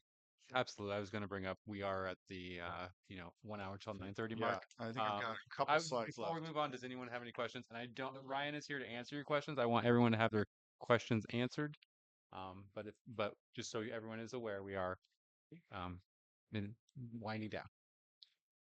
Yeah, so just next slide. That's by this time, I think we've covered this, but unilateral written communications from staff to all members of the body is fine to provide informational or advisory memorandum updates. But again, we're using the BCC. We're not replying all. Um, Individual meetings with staff is perfectly okay. Each of you, 2 of you at a time, can meet with the city manager. One of you know, as long as 3 of you don't show up, then that's fine. But I think that's all in line with what we've been talking about. Next slide, maybe. I won't read this. You have this, but this is just so you know the mechanics of how agendas are discussed under the Brown Act. Big thing is they need to be ready 72 hours in advance for regulars. Next slide. Should be obvious by now, but we can't take items on things that aren't properly and timely placed on the agenda. There's 3 narrow exceptions: emergencies, urgency matters, and when an item appeared on an agenda and was continued to an adjourned meeting held not more than 5 days earlier. So you may see in your tenure on the council an urgency item come to the council that requires placement on the agenda, despite the fact that it was not on the agenda. That is something that can happen. It needs to truly be an urgency item, meaning it could not have been foreseen that it would need to be on the agenda 72 hours prior. And then there's 2/3 of you need to approve it, but if we ever get there, I can walk you through the process. Next. Couple, as we all know, the public is welcome and authorized to attend all meetings, except for closed sessions, which we know. Members of the public cannot be required to register their names or provide other information, complete a questionnaire, sign in, whatever it may be. Even, come up to the podium and state your name. If somebody says, I don't want to state my name, they don't have to state their name. So, the public has a right to record the meetings. They can, have their phone up the entire time, recording everything that goes on. And I touched on this, but any non-privileged material distributed to members of the legislative body before or during a meeting must also be made available to the public at the same time. Next. Public comment.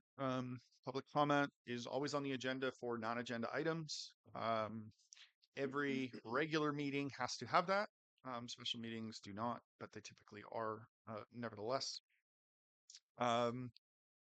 Public comment has to be on agenda items for business items, and the public needs to have an opportunity to participate prior to action by the council.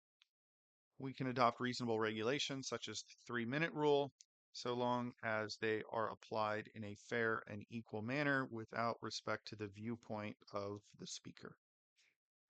Ryan, can you just clarify the council's interactions with public comment, like when they should or should not Yeah. be engaging back? Next slide. That's next thing on the next slide. You're so good.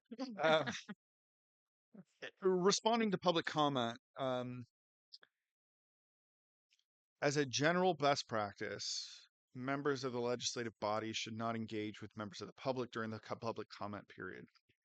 This is especially true regarding items not appearing on the agenda because they're not agendized.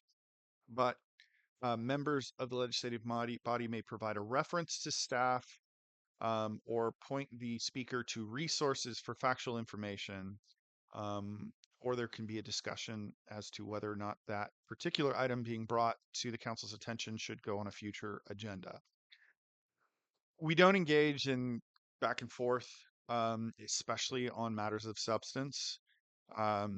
One, because the council only speaks through collective action. And so if one council member answers a question, it may not reflect the views of everybody else. It's an efficiency thing too. We need to get through it. And oftentimes the answer is not readily available. Oftentimes public comment take the form of people coming, believing that they can engage and have their questions answered. And at that point, it's the best approach is to direct staff to follow up with the individual to answer their questions. Ryan, quick question. So hypothetically, if there was something that came up during public input and I was like, that's a great idea, would I wait until the end of the meeting to propose that as a future agenda item? Or what would be the... I think you can, You can absolutely say that's a great idea. I think we should have that on the future agenda item. But when the future agenda item section comes up, that would be your time to, ask your colleagues for their endorsement of putting it on a future agenda item. Right. Yeah. Thank you. As far as the engagement, they should not engage with members of the public during public comment period. What about seeking clarity, asking a question to clarify the issue? It's okay. Is that That's yeah, and also if the question is, I heard there's going to be a public event at the park. Is that true? It's perfectly fine to say yes. It's going to be Saturday at 9 o'clock.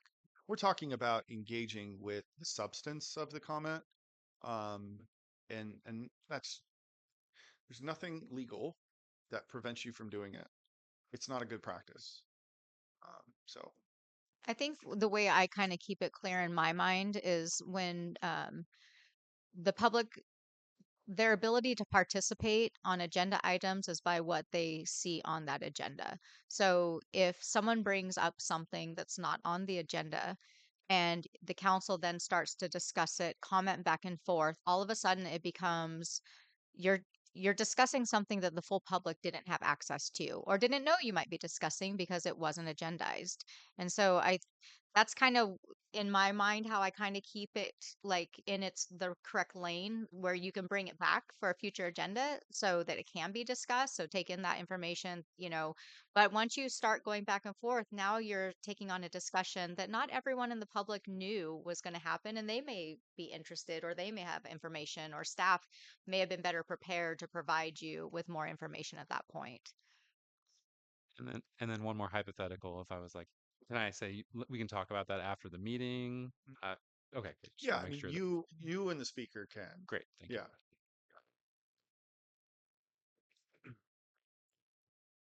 Okay.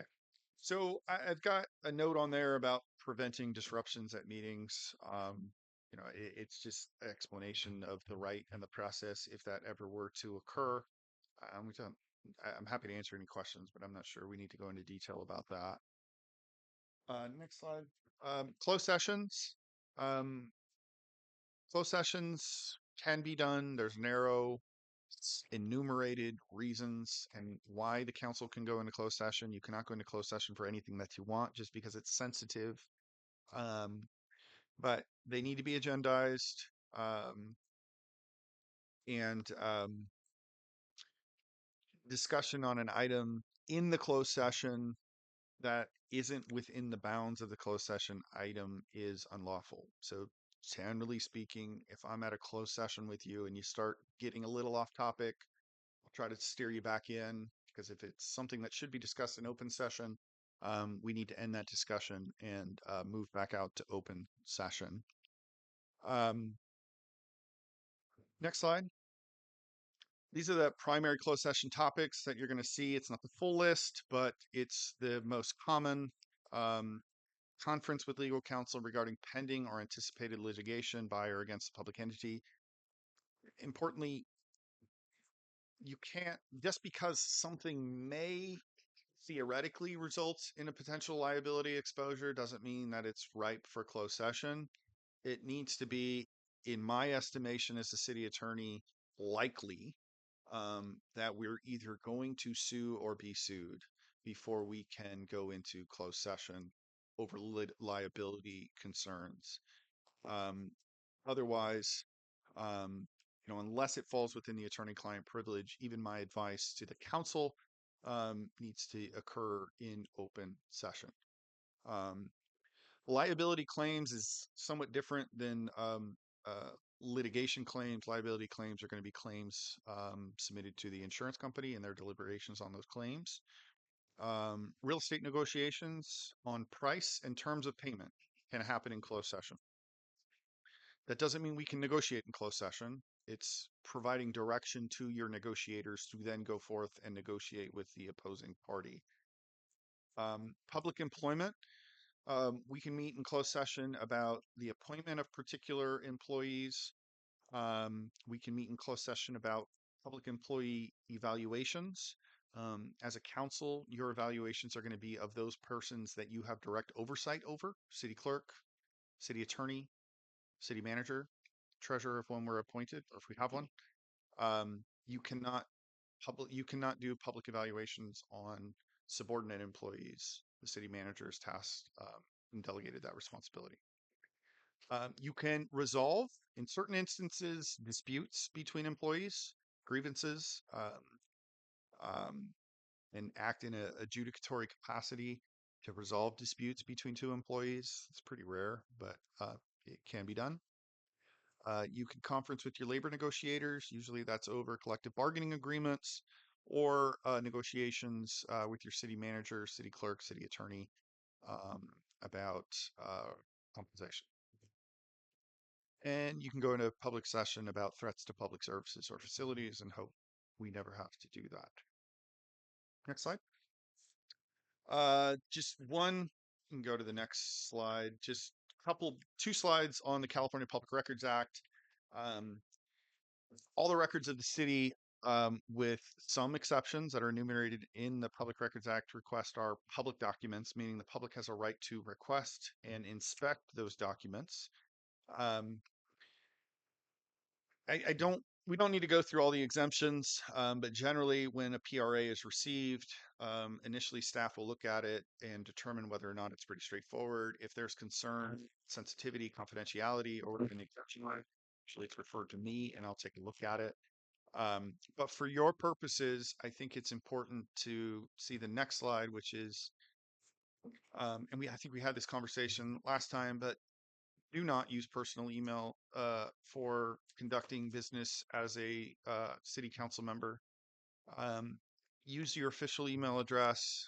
I don't want to have to go through your Gmail account in response to a Public Records Act request to determine what is pertinent to the city versus what isn't, what is partially personal and should be redacted versus what is business and shouldn't be redacted.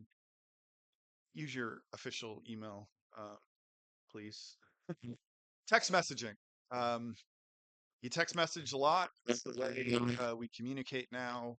But if we get a PRA request for any and all communications between council member and Joe Smith, and you have text messages about Joe Smith, those need to be produced. I need screenshots and they need to be produced. They're public records. So, use some discretion when texting about city business because it is a public record. And that's the second bullet point. And the last one, reminder to yourself before sending any communication that it likely is a public record and may have to be disclosed and somebody may see it. One last thing before we wrap is I am going to be sending each of you a summary of the Brown Act social media rules. There was a legislation that was passed called AB 992, which addresses the intersection between the Brown Act and social media. And there's two main points of the law, and I'll send you a write-up on that, and we can post it online too.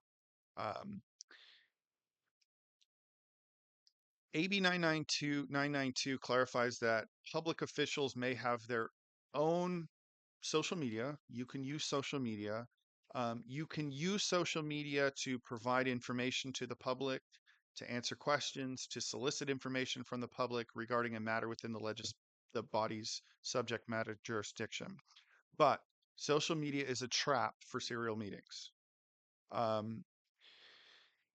Council members should not comment and cannot comment on other council members' social media posts.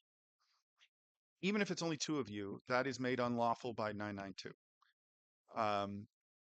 You also should not comment on other people's social media posts, because if two more of you comment on that same post, even if it's just a thumbs up, that's a serial meeting and is made unlawful by AB 992. So the courts haven't really worked out the bounds of AB 992, but I'm going to send a good summary in AB 992 from Best and Krieger law firm that really summarizes what the restrictions are. and it's just a good practice to watch out for that as you use media to talk about the business. Comment. Social media Yep. policy. I don't- Right. All distributed. Social media is a trap for Brown Act violations, and there are folks that look to find those violations and try to hold public entities accountable for it. So be careful. Rule of thumb: do your own posts. If it's personal in nature, it does not apply, right? If you want to post Thanksgiving pictures, post Thanksgiving pictures. But if you, as a council member, want to use social media to conduct official business, make your own posts. That's fine. Don't post on other people's posts, because the odds are that two of you may also comment on that post, and then we have three of you commenting on the same post. Don't do that. Don't comment on another post by a fellow council member, because even if it's only two of you, it's made unlawful by AB 992. So use of social media should be used sparingly about official business, because you don't always know if you're commenting on somebody else's post that, two other council members liked it, disliked it, commented, 5 days before. So as a general rule, just avoid those traps for social media or serial meetings. But I will send that summary to you. And if you have any questions about anything in particular regarding AB 992, please let me know, and we can try to clarify it for you. Other than that, that's all I have. Thank you very much, Ryan. Appreciate it. Yeah. I believe. Do we need to open that up for public comment or anything like that, or We should. Okay. Yeah, it was agendized. Let's go ahead and open that up for public comment. Does anyone have any comments?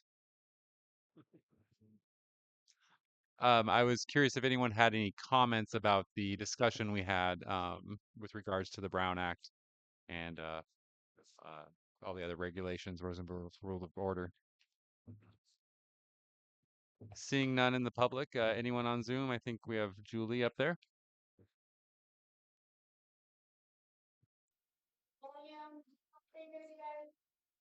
Yes. Awesome. Thank you for the presentation. I listened to the Brown Act throughout the county.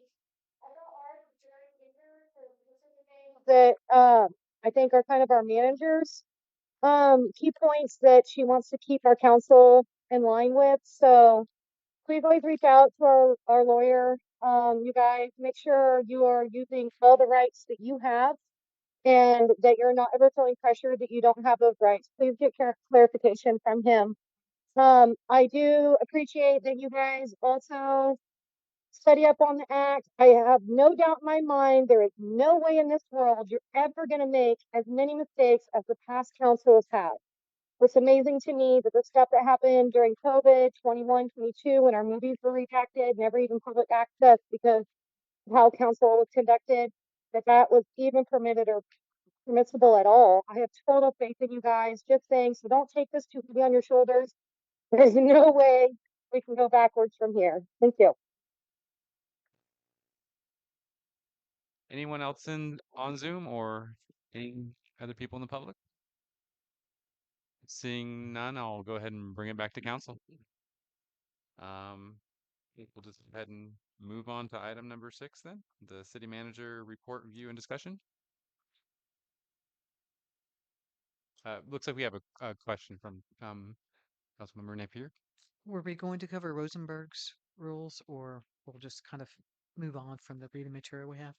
So, yeah, I didn't include much of it. You know, Rosenberg's rules are pretty complex because they're really meant to govern legislatures.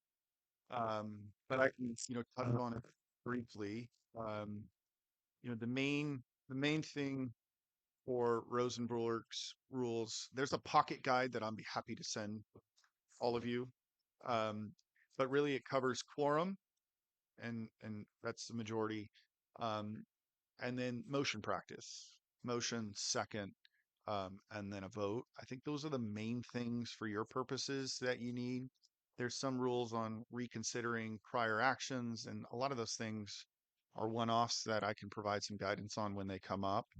But I'll send the pocket guide, and I think that's a good one pager that'll be very helpful. And could that hypothetically be a special workshop session? I mean, hypothetically, if we wanted to. Yeah. Thank you. I did have a Yeah, on a Saturday. Thank you. I did have a question on in making motions, and I think sometimes that there's a realization that maybe it doesn't quite work, so you could retract a motion or you can amend the motion, um, just so that we don't have it die and we can get some kind of progress going. Mhm. Could you just touch on that a little bit? Yeah, so once a motion has been made and seconded, that motion should come to a vote before another motion is made and seconded. Once a motion is made and seconded, um, that motion can be amended by both the person or the motion can be amended by the motion maker, and then the acceptance of the amendment also needs to be seconded. So for example, um, oftentimes what comes up is, I move to adopt resolution, 47, and then second, and then through the discussion, somebody says, I think we should change this recital from, whereas X, Y, and Z to whereas A, B, and C. Can we amend? Would the motion maker amend your motion to accept that revision? You'd say yes. The seconder would say yes, and then you've got a motion that is to adopt ordinance 47 as amended. Um, the important thing is once a motion's made and seconded, it needs to go to a vote before somebody else makes a competing motion. And that motion may fail, and then the floor is open again for receipt of another motion. Um, I think that the amendment process comes up a lot. The order of things, some public entities take public comment before a motion's made, some take public comment after a motion's made. I don't have an opinion on that one way or another. It's really council's preference because you can make a motion at any point. So is there anything else in particular about that I could help address? Okay. I have a little question. What if somebody makes a motion and before it's seconded, somebody else makes another motion? Yeah, in that instance, I think the mayor, as the chair, should table the motion and ask for a second. And if Mhm. there's no second, then that other motion can be made. But you don't want to have a race to a second, right? Where it's not clear what motion one person may be seconding. So if that occurs, the mayor would say, let's hold off on that motion. Is there a second on the first motion? Yes, then we go to a vote. If there's not, then that motion, then you could then ask for a second on the second stated motion. Okay. Yeah. Okay. Thank you very much. Any other comments from council? Seeing none, we'll go ahead and move on to the city manager's report and review and discussion. This is a presentation, discussion, and potential action item. Yeah, so I wanted to provide the new council with uh, my city manager's report. This is a report that I try and do monthly, trying to keep the council apprised of current projects, status, sometimes recommended next steps. Over the years, council has asked to see this information presented in different ways. So I wanted to offer that up, that I am flexible on how this information is presented. This is kind of what we landed on with the last council, how they like to be able to track projects. It's an opportunity for you to ask me questions if you would like I said, information presented in a different way, or if you'd like to ask questions about any of these projects tonight, I'm happy to do that and provide you more information. Or if you'd like to take time later on and we can meet about projects. But I wanted to provide you, I mean, there's a lot of like small projects too that take place kind of on a daily basis and things we're working on, but these are kind of the big ticket items that are moving forward through a process, and this is kind of the current status. So just wanted to provide you with this information. Like I said, I'm open also. Just thinking though about tracking mechanisms for projects, keeping it somewhat manageable for myself as well. I know sometimes there will be timelines and Gantt charts, and at some point it starts to become really burdensome to try and manage that on a monthly basis. So, but like I said, I am flexible on how you would like to be presented and in what durations, formats, and if you have any clarifying questions, I'm open to taking those. Just wondering if you have a preference from previous formats that you've used that work for you efficiently. Yeah, I've been using this one for quite a while, but I'm not really like, committed to anything. I just kind of have this now as in my system, and I just kind of keep updating. So I'll go back, and sometimes not every project makes progress each month, so some of these are longer term projects, and so they may have just kind of like it's ongoing because I don't really have anything really substantial to report at that time. So yeah, I'm like I said, I'm not wedded to anything particular. Having used this before, I would ask that anything new for the month it's being presented is made in bold print so that um 'cause I found month after month I'd be reading this and I'm like, hey, this looks really familiar. Is this new? Is this different? And in order to figure that out, I got to go back to the old one and read it too. And I'd really just like to be able to take a glance at it, go, yep, town square.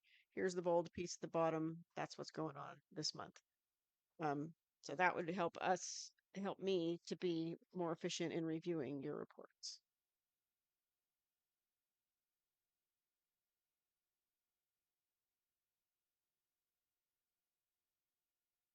Any other comments from council? No comments.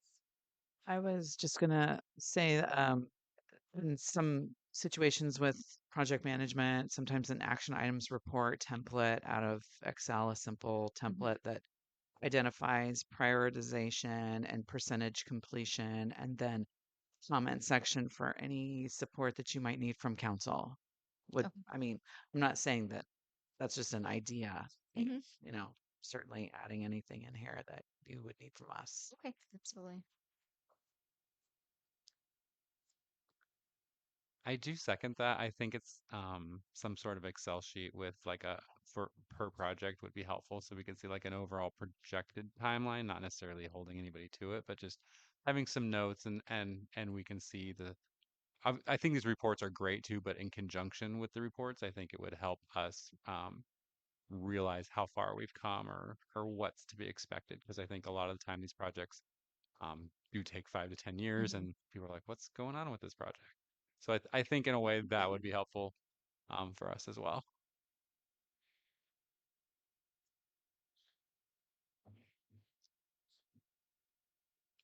Any other comments from council on presentation? Just wanted to make a comment and thank the city manager for responding to my PRA because it really was less than 24 hours that you had to respond to it. So as I was going through this, the report, and we're a lot of us are new here, even though we've been following stuff and attending the meetings. And for me to better understand what was going on with the city corporate yard, to be able to find out, where were the minutes that were involved, where was the declaration of surplus property. And thank you for being able to provide some of that. I had found some online too. Um, when reasonable, if you think it might be something that will help on ramp those of us who are new or maybe not in the know, if you had the time or inclination to include a little reference, then maybe we can kind of get ourselves up to speed Sure. quickly. Absolutely. but only if that works within Yeah, your and like I timeframe. said, if there's anything in here that you'd want to go over more in depth, I'm happy to take the time to do that, and be able to provide any backup documentation or just kind of walk you through where we're at, how we got there, what we're anticipating as next steps. Because this really is, just kind of a monthly synopsis of, where we're at, where we're going, what's been accomplished. It doesn't really encompass a full detail of each project at that point. Are there any key aspects that you want to point out specifically that you want to go over You to know, your report? Yeah, I think there's I guess I would just point out that I think for a small city we've got a lot going on and there's a lot of exciting stuff. A lot of this, things take time. So, it may start to feel like, wow, she keeps reporting on the same thing. Like, but like I said, government does take time. And I think with limited resources, we've been able to make some pretty significant progress. And there's, like I said, I think a lot of exciting projects on the horizon. So that's probably the main thing I would point out. Um, and we're doing this with a pretty small staff and being creative at funding sources and the commissions also I would give the commissions a lot of credit. Our commissions do a lot of work. We have 5 commissions and they meet monthly and they do a lot of the footwork on any of these projects. And I rely on our commissions a lot to help out. A lot of times they form ad hocs, they do research, they do outreach, they bring back things, we talk and, formulate ideas. And I really do rely on them a lot, is because we do have such a small staff that those commissions really do become a lot of kind of the backbone of project development. And so they're a really great resource, and I really commend them all for all the work they do for the measly sum of $0 to do that work. So they're a great resource as well. Uh, any other questions, guys? No questions. Okay.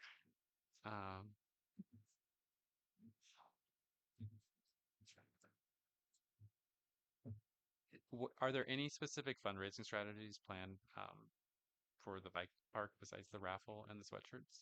Yeah, so right now I'm writing 2 grants. I'm writing one to the Headwaters Fund for the bike park and one to Coast Central Credit Union. It's kind of a small community grant. I'm probably going to be asking for about 50,000 from Headwaters and probably 10 to 15 from Coast Central. We're also planning a bingo fundraiser at Prash Hall probably in the spring. We had a bike donated. Revolution Bikes was able to secure a really nice bike that can be part of a larger raffle. So we want to try and kind of combine that to bring in more people. I think the bingo fundraiser will be really fun. Um, and then we're just continuing to seek donations and sponsorships.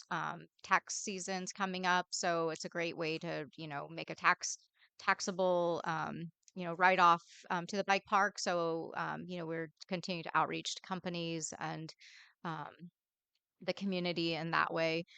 So yeah, we're just kind of working a lot of different angles.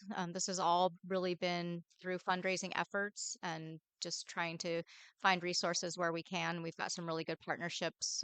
Humboldt Skate Collective is working on different fundraising aspects. RCMBA is another partner that's also working through their network of members to raise funds as well. So those are probably the kind of the 3 main items that we have on our radar right now. Is that $75,000 figure, is that for the estimated cost of the rest of the paving, or that's part of what was already done? It's a portion of what we have already done, and then the majority of that would be for the rest of the paving.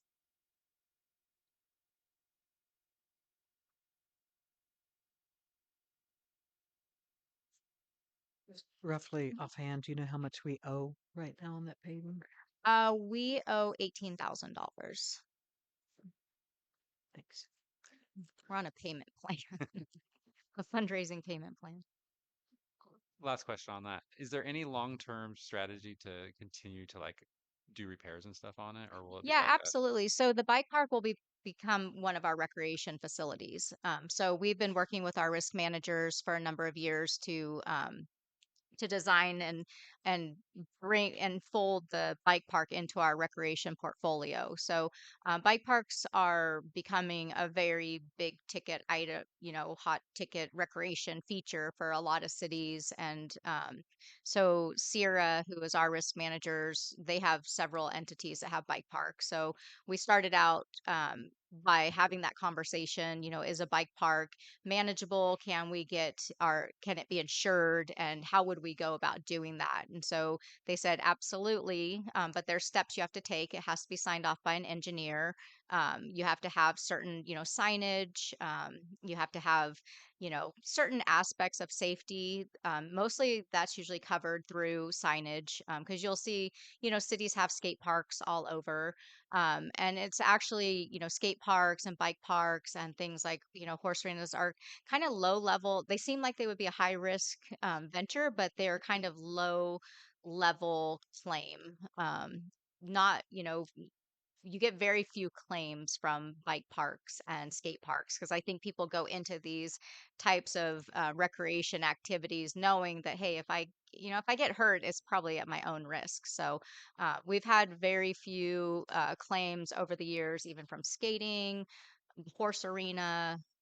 We've probably had more from people falling off a slide than we have from any of those activities. So Sierra has been great at helping us through that process. So our bike park is engineered. It will have all the required safety signage and fencing and everything to go along with it. One more question. Mhm. I know that when they had like the 1 or 2 days it was open, it was like packed down there, which is Mhm. great. Um, do we have a long-term parking plan for that and combined with additional ventures down there? Absolutely. So we do have a master plan for the Powers Creek District. The Bottawat project is also being designed in partnership with the bike park to have co-parking. And so that's, the bike park was a real selling point for the retail commercial space for the Bottawat Community Project as well, because that project also has retail commercial space being built in. So we're already working with some businesses who are interested in coming out as part of that. And the biggest selling point has been the bike park and the recreation trail. So being co-located in proximity to that feature, because they really recognize that that feature is going to be a big draw for not only our local public, but I fully expect it'll be a regional, if not national draw.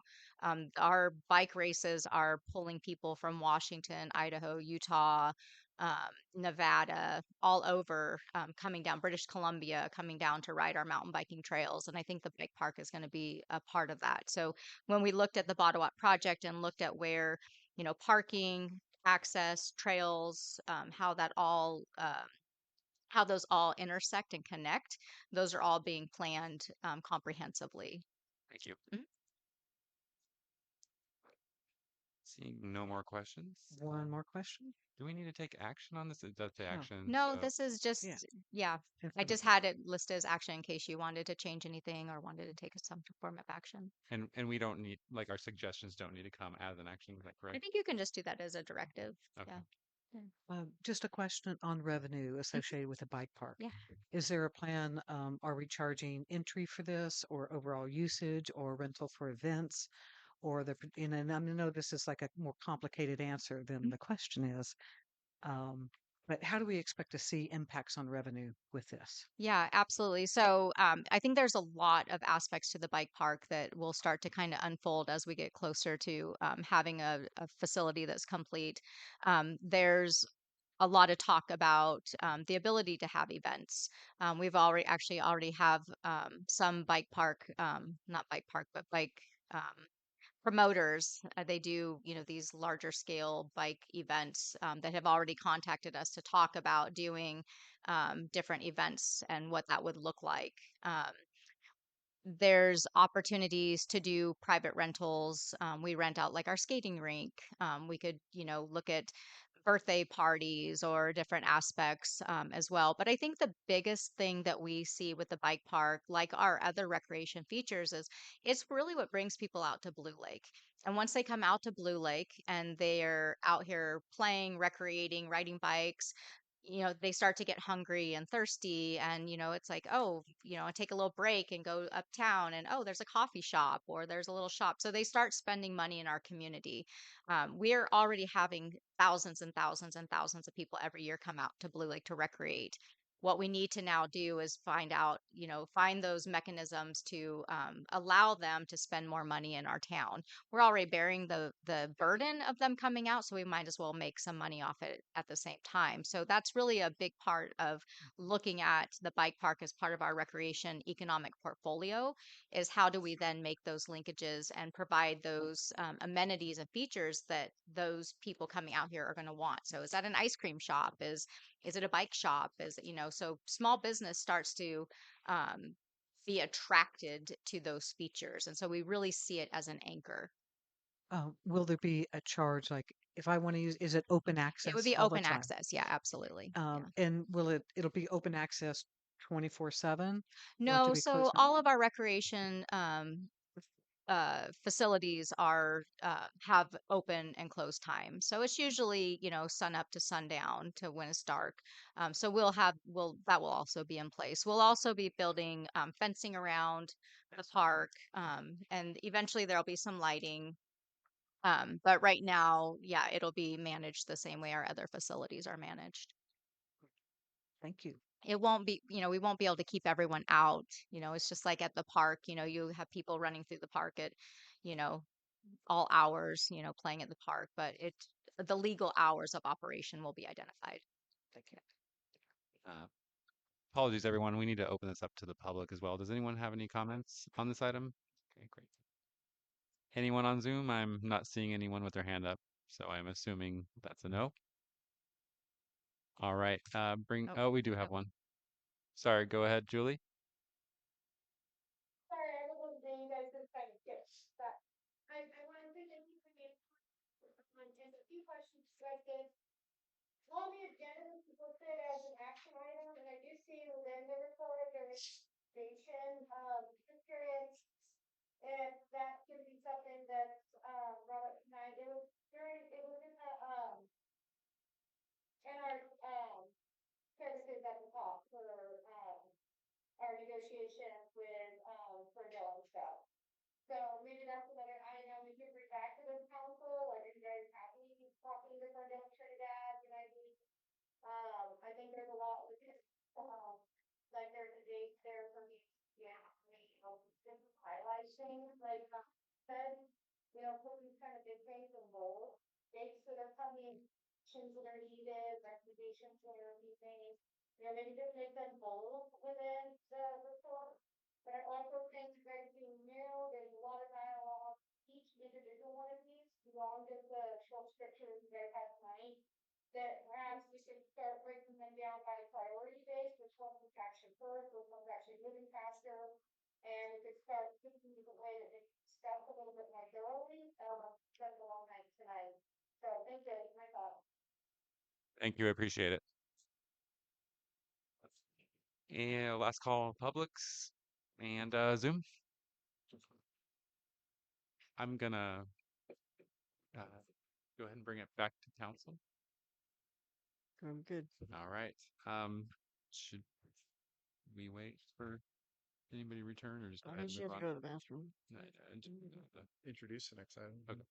I'll go ahead and introduce the next item, and that is item number 7, which is City Council Commission Liaison and Board Assignments. This is a discussion and action item. Mandy, do you want to fill us in on where we're at with this? Sure, you guys are really close to having this finalized. So at your meeting on the 10th, you guys wanted to bring this back kind of for finalization and adoption. So if anyone has any changes after you've had a little bit of time to, kind of think about dates and times and meetings, and if there's anything that interferes with, your ability to be able to take these on. But I think you really were down to, it looks like the Economic Development Commission liaison, we needed an alternate, and then we needed I think arts. we should wait for Kat to come back. Oh, I didn't even see she was on. 'Cause Sorry. we're getting kind of deep into the topic, and I think she should be part of the conversation. Point of order.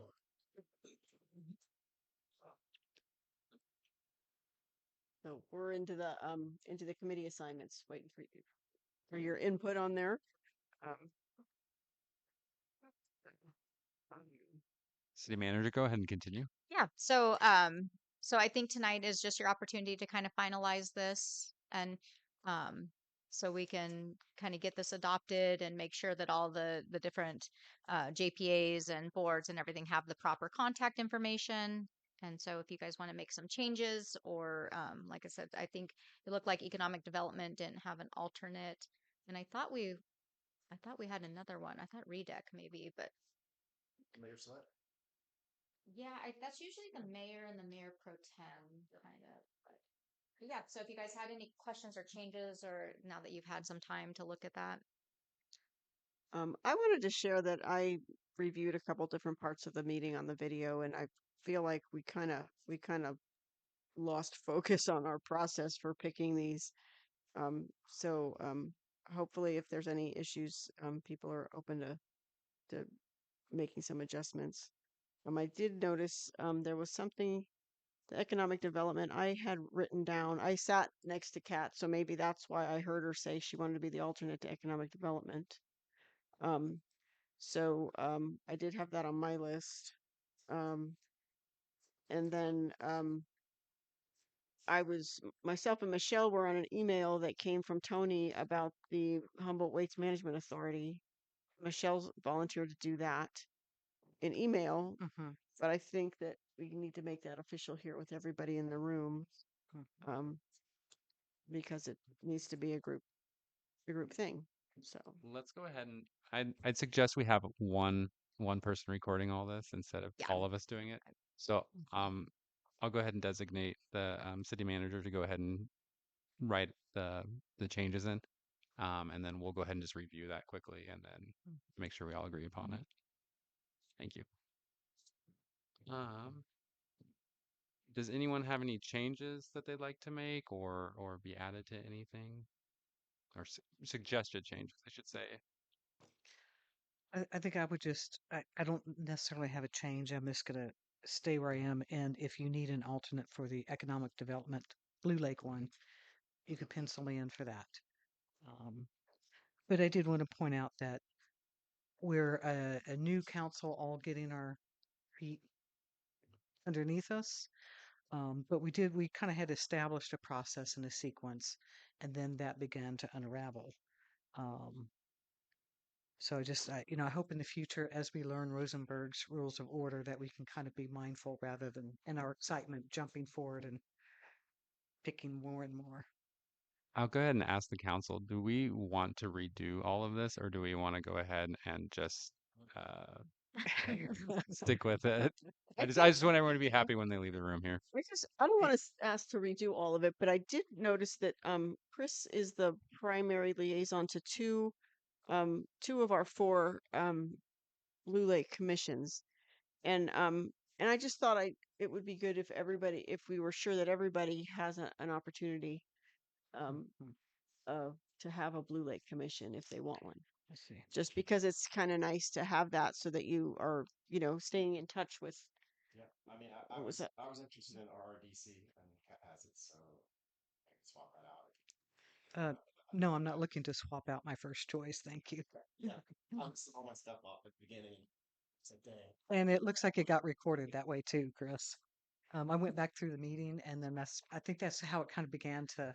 One of the ways it devolved is there was the first, out of the gate list, and then Michelle had a list, and It's and those always a kinda little get- unruly, honestly. And again, I'm not trying to revisit that. I'm just trying to establish that the process did disintegrate, Mhm. and we need to kind of acknowledge that within ourselves that we'll be more mindful in future and how we can kind of communicate that to assist each other. I don't think I certainly wouldn't put it on the mayor. I think you did a wonderful job guiding us. So did staff as well. Yeah, it's Um, our first time, so so we can all agree. that said, if you wanted to swap out on primary and alternate on Economic Development Commission, I could do that. That way, I really could be kind of more in touch here. With which one? Economic Development, With swapping out with regional. alternate and primary. Oh no, I'm not gonna lose. No, I've only got one primary, so I'm not gonna go down to one primary. I'm happy with two primaries. I have a ton of alternates, but I'm very comfortable Okay, with two well then you can primaries. keep your total of 7 and the Okay. rest of us each with 4. And we'll just move on from there. Um, Elise, could I steal your alternate to League of Cities? You can say no. You want mine? If just the Yeah, go alternate to for it. League of Cities. Yeah, that's fine.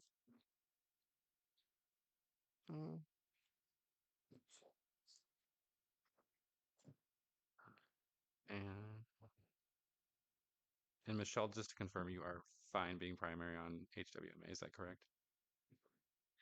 Yes. Yes. Okay. And since I just lost my alternate, I'll go ahead and I'll do alternate for HWMA. But I do need some notice because I can't attend that meeting in a timely manner unless I have a good amount of heads up because I work until 5:30. So so if I have some heads up, I can get it done. Yeah. But anyway.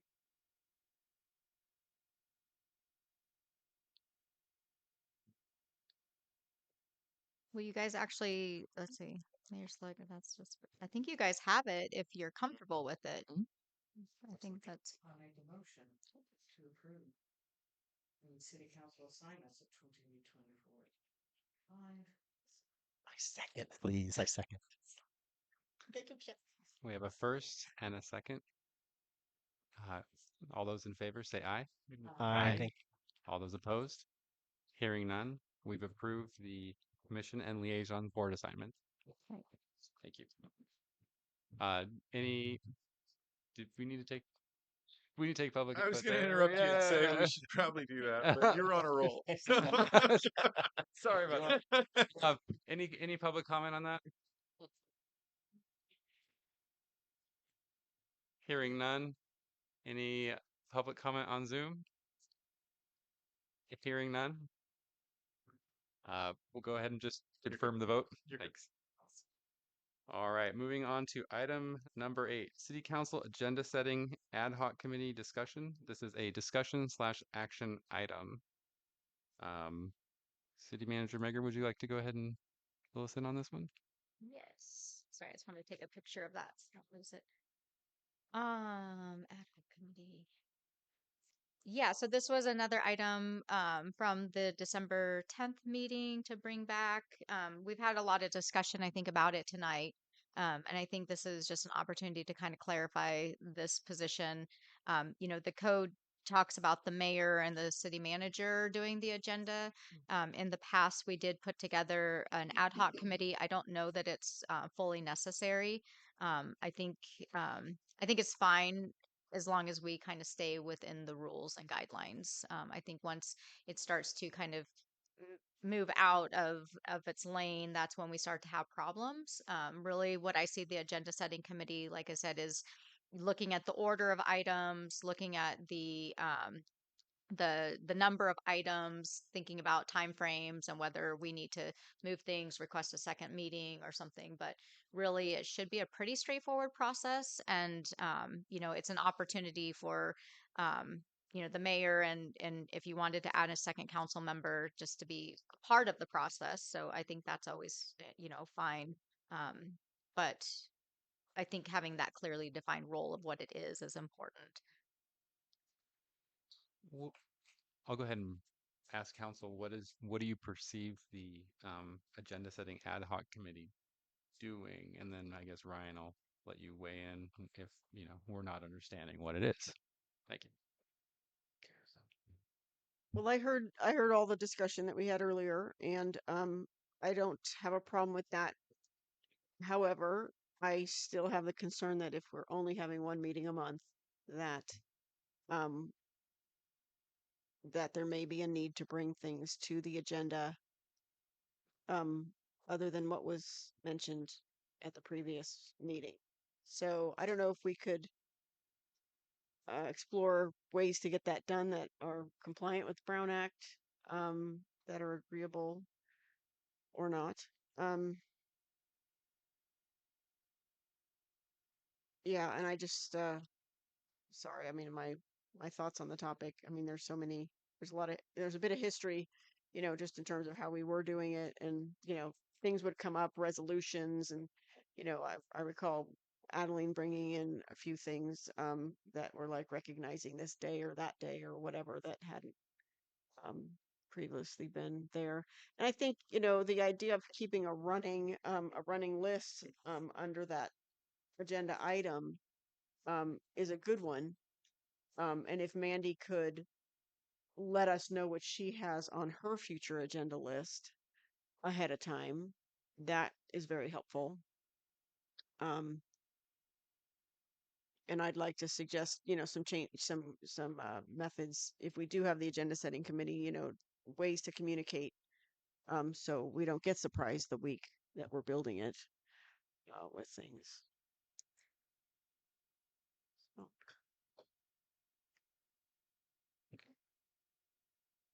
Well, I think if we're going, it may, oh, sorry, Yes, go ahead. you haven't It's recognized an me. op I'm sorry. Do I need to recognize each person, or can I just allow it to be like a free forum and as long It's as up to you. okay. I think I would prefer that you You guide a Does bit everyone as we prefer go. we just recognize? Okay, great. I'll go ahead and do that from now on. Recognizing council member Napier. Well, that's cumbersome. I'm sorry. But you can't just nod and say, go ahead. Okay. Thank you. I did have, I kind of share the concerns as far as if we're waiting, if we're only going 1 month to the next before we're able to establish an agenda. So I think we kind of have two separate issues here. If the council is going to move into, 2 meetings a month, and then if so, what does that agenda setting process look like? And then if we continue as we are now, and then what's the criteria for setting that agenda?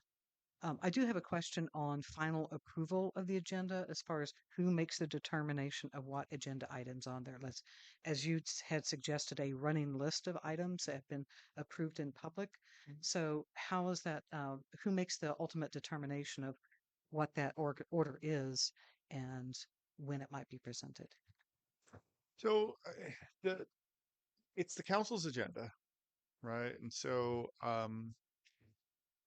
the council can make determinations as to what it wants on the agenda. It should be a collaborative process because some things are appropriate to bring onto the agenda. Some things are never appropriate to be discussed on an agenda, and some things, just as a matter of timing, aren't appropriate. So, really, that authority is delegated to the city manager to determine what the agenda is ultimately going to look like. Usually, that's in conjunction with the mayor's input. But again, that future agenda item of the prior meeting is an opportunity for the council to provide collective direction that this will be on the agenda. You know what I mean? And so I think that's the opportunity for the council to do that. Because otherwise, outside of a meeting, you don't have the opportunity to, you know, dictate or place things on the agenda without, you know, with the approval of your colleagues.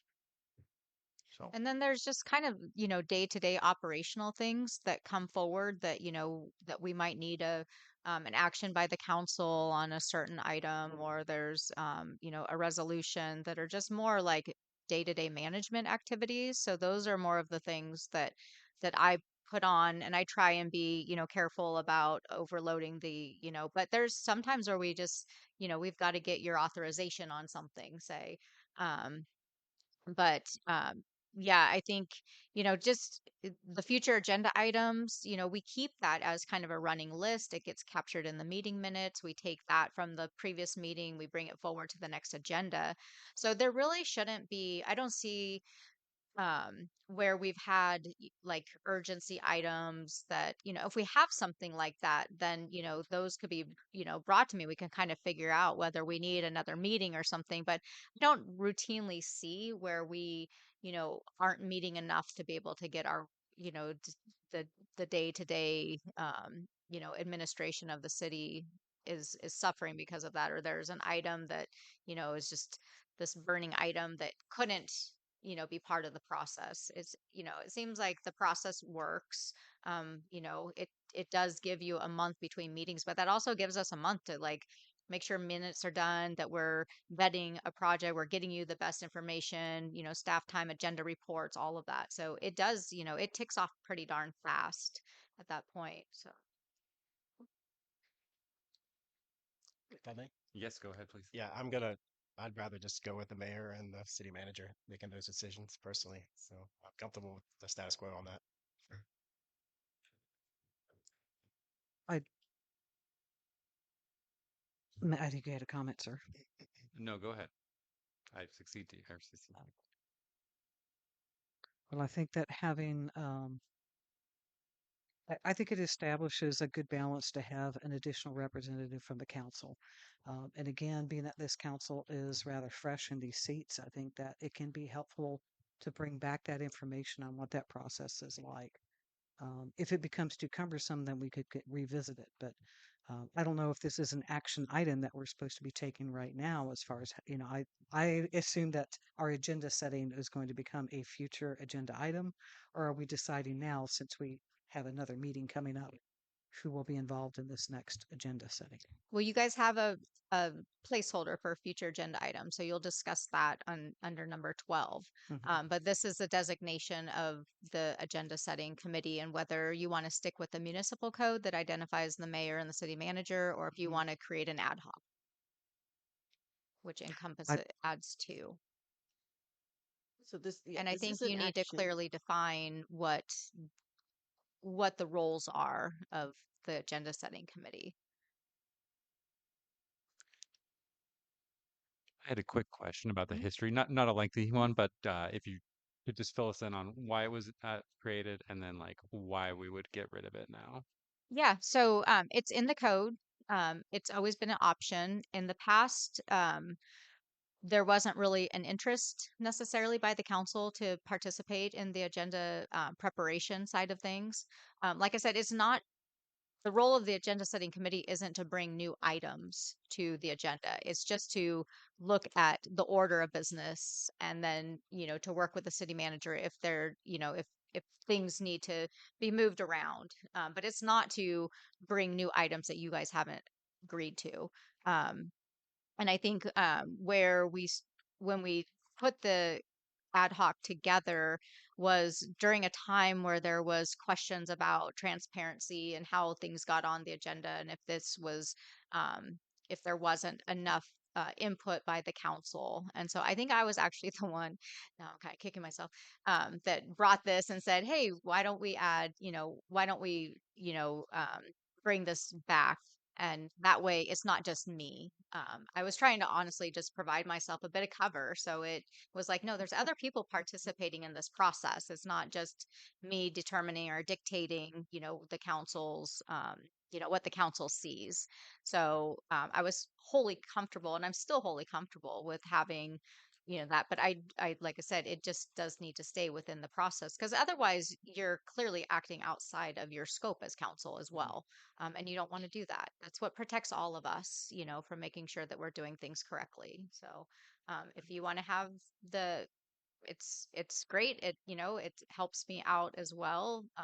But let's just kind of maintain the established rules. I have a comment. I'm just gonna say that I think that the ad hoc committee is, if there's already a process in place to establish the agenda, that rather than complicate things, I would like to see how things move forward in the next coming meetings to see how that works.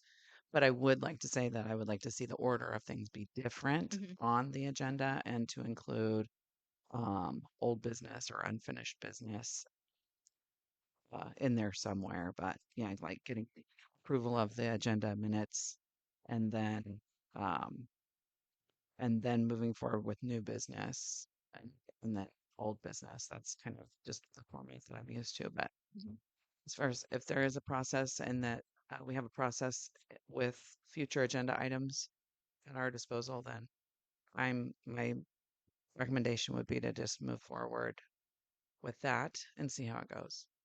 Bring it up again if we need to. I'm not sure what you're saying that is. Yeah, me either. Oh, without the ad hoc.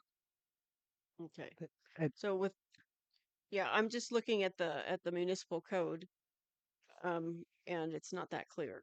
I mean, there's, well, anyway, I don't think that, I think that this whole thing happened because it wasn't, um, there seems to be sort of two different ways to get things on the agenda, right? According to our municipal code. so to be clear, oh, sorry, sir. No, go ahead.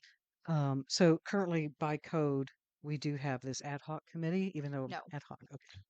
But we still have the agenda setting Yeah, as part of, it's the mayor and the city manager. but we are currently have been functioning with an ad hoc We did for a committee on time, but because of having a new council, that that composition of the committee isn't one of those people isn't there anymore. So yeah, so you guys can either decide to have an ad hoc and add another person, or you can stick with what the code says and talks about with the city manager and the mayor preparing the agenda. And like I said, the preparation of the agenda is just that, it's the preparation of the agenda. It's not, doesn't deal with separately. The code talks about how a city council member, any city council member, can put an item on the agenda. You don't have to be a member of an ad hoc to do that. That's not a responsibility or role of the ad hoc.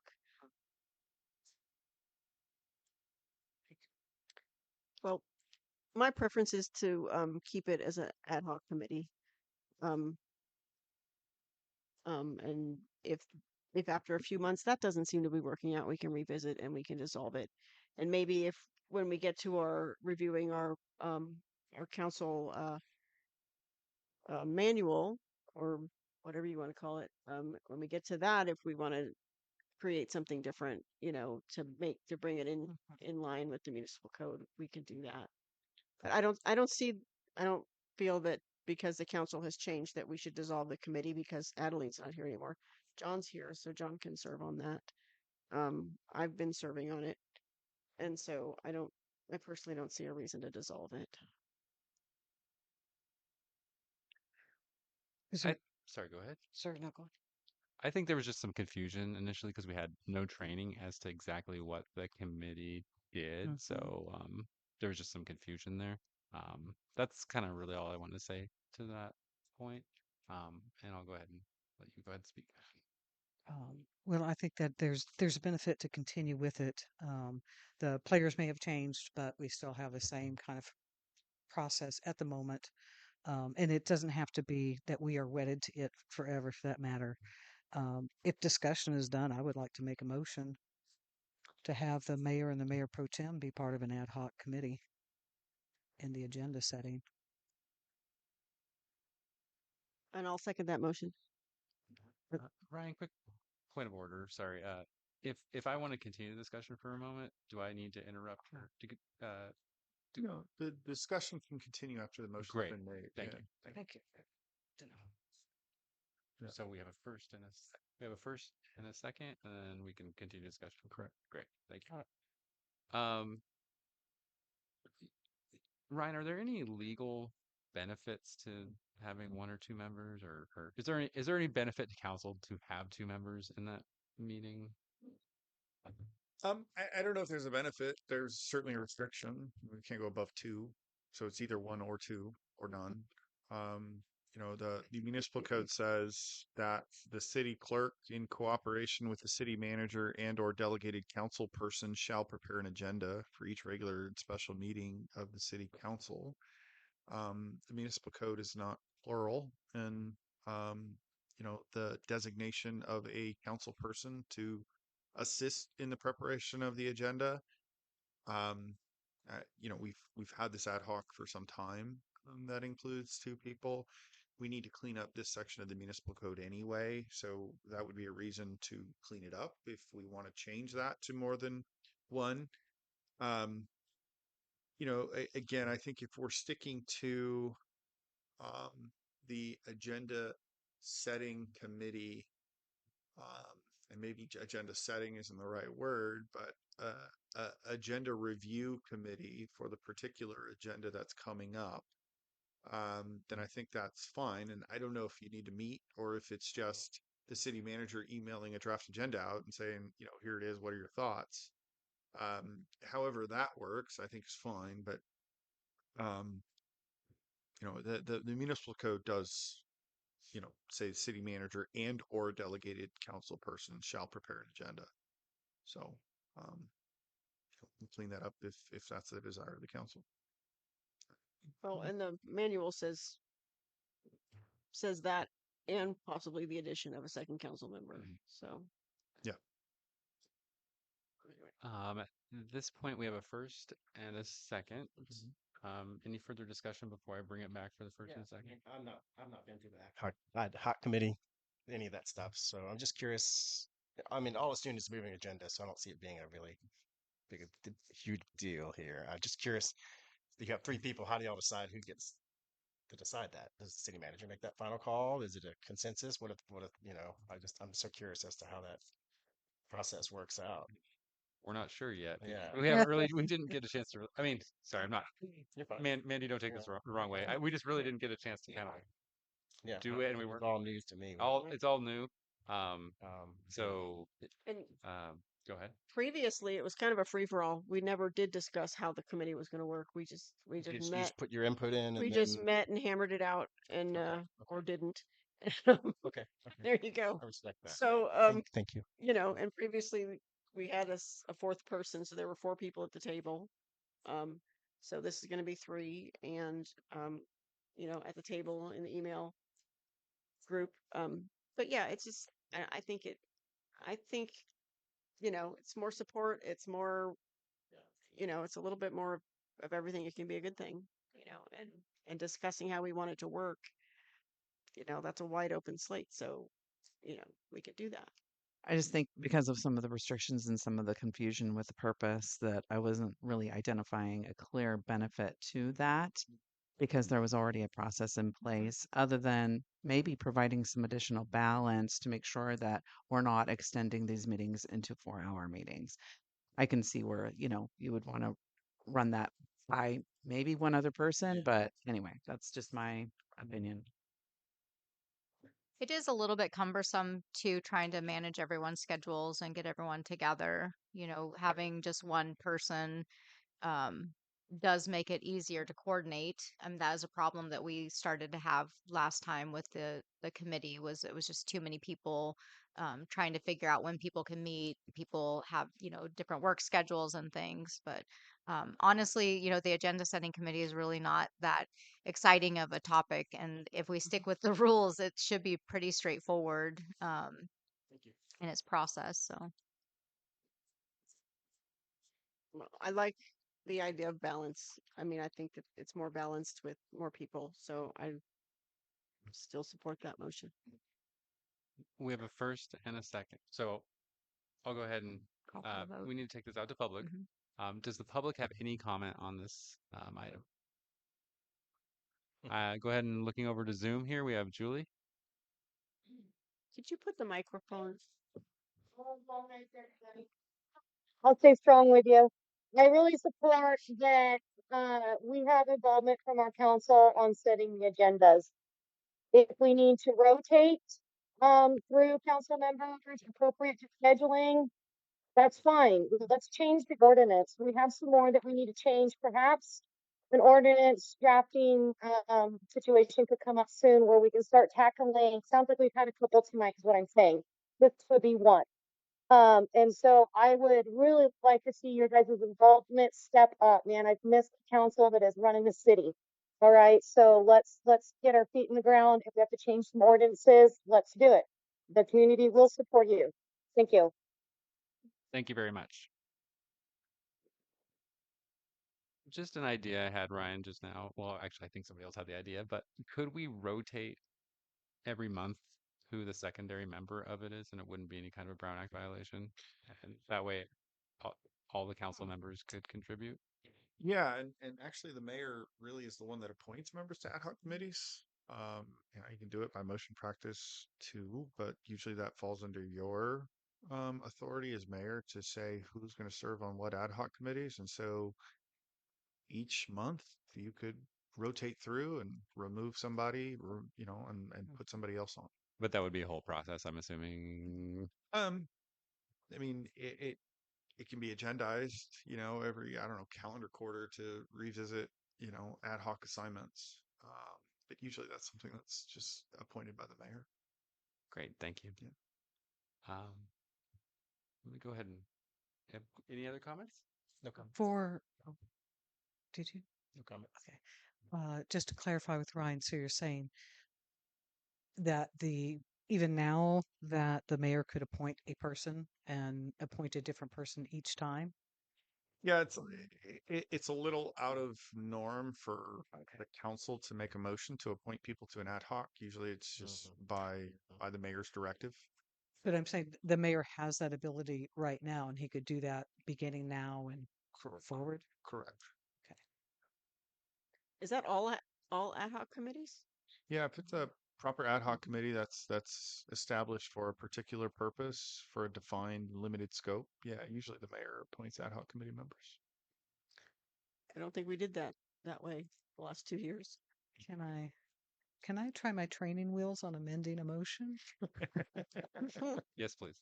So I would amend the motion to appoint mayor and mayor pro tem as an ad hoc agenda setting committee meeting and amend that to be the mayor and his appointee to join in the ad hoc committee, that it could rotate on a weekly basis, or I mean, it could rotate at the discretion of the mayor. Sounds logistically a bit interesting.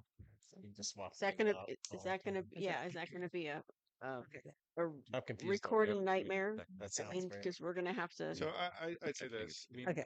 it never has to come back to the council, right? If that's your motion, that the agenda setting committee is the mayor and his designee, that he, if Elise can't make it, that particular agenda setting committee, he could, shoulder tap Chris and say, "You're my designee this meeting."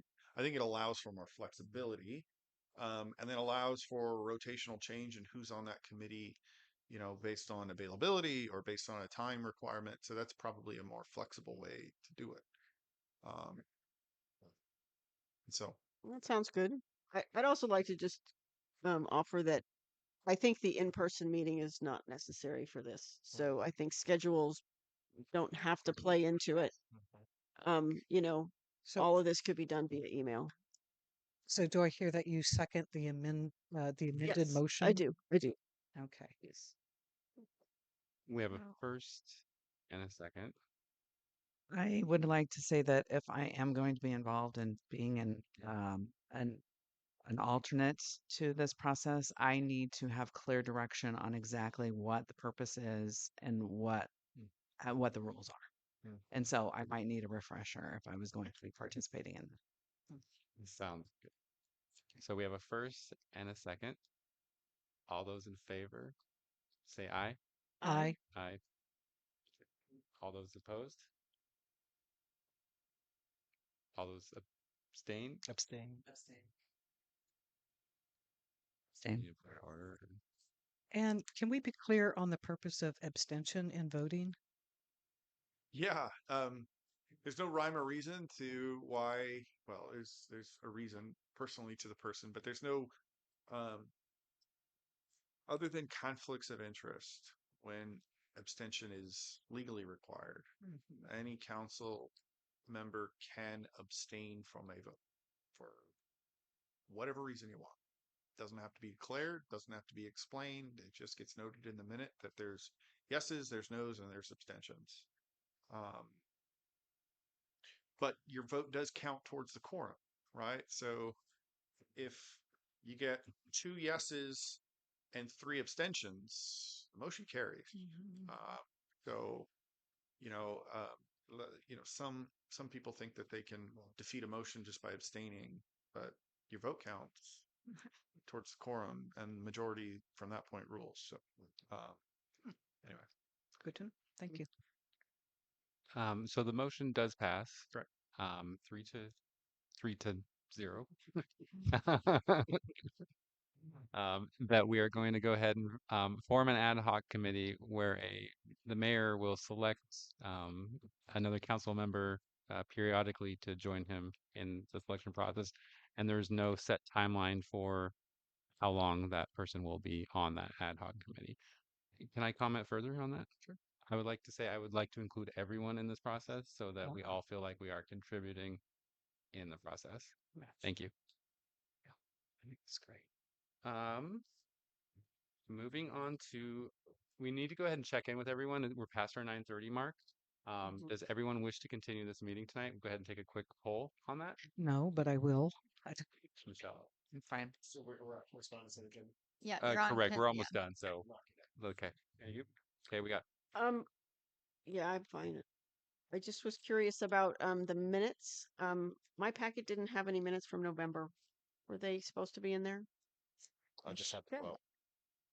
I have minutes from September 24th and October 8th, but no November. I got 2 12s. Well, I got November. Oh, I'll see your 12. I'll raise I'd like to suggest that we carry the minutes over to the next meeting. Here. Can we do that? I second that. I agree. What do you need from me? All right, so we're going to go ahead and move forward with the meeting. And then you've got we're looking at the minutes right now for November. Yeah. Sorry. I just I don't know if I want to continue these minutes to the next meeting because Okay, got it. Apologize. I didn't have all of them. Me down. And so I wasn't able to review them all. Got it. Yeah. Does that in any way delay them from being posted, or they're already posted, just not approved? Recording in progress. They won't be posted until they're approved. And it's 2 more weeks. So I think we're good. Good call. That's right. All right. Any other things items to be pulled besides November? So now are we going to do council reports next time? Our correspondence. Yeah. Before we move Yeah. on, I mean, if the consent calendar is going to be tabled to the next meeting, that needs to be via motion. So we're tabling the entire consent calendar. Is that correct? Is there need from the city manager? so can you guys pass any of the meeting minutes? Yeah. Get past the 12. Yeah. You only have the 12? Yeah, I got 2 12s. Is that even possible? This is the. Did you guys tell the meeting minutes? I have September, October, November. I think I had the digital copy though, so I think it was everything. Let me But make you had sure. all of them, but just with an. I think so. Because this Let me is check the it. original, and they're all here. I'm not understanding how that happened. I just took the clip off this thing for the first time tonight and it's not here. So I didn't lose it. I have 24. That's all. Yeah, that's what I Or copied 12. from. You have my 12. Here. So does everyone have the September 24th, I do. I do. October 8th? I do. I don't have September. I don't have October. I don't have September or October. I do have November, but it's digital, so Okay, I don't even know how that can happen. I copied from one single packet for all of you. That is. The printer ran out of paper. Okay, well, I will make sure that the packet is complete for the 28th. Should we finish the 12? Or no, you didn't have 12, so that's going to No. So we need a condition for next. I'm sorry. So I would like to make a motion that we continue the consent calendar or consent agenda to the meeting on the 28th. Second.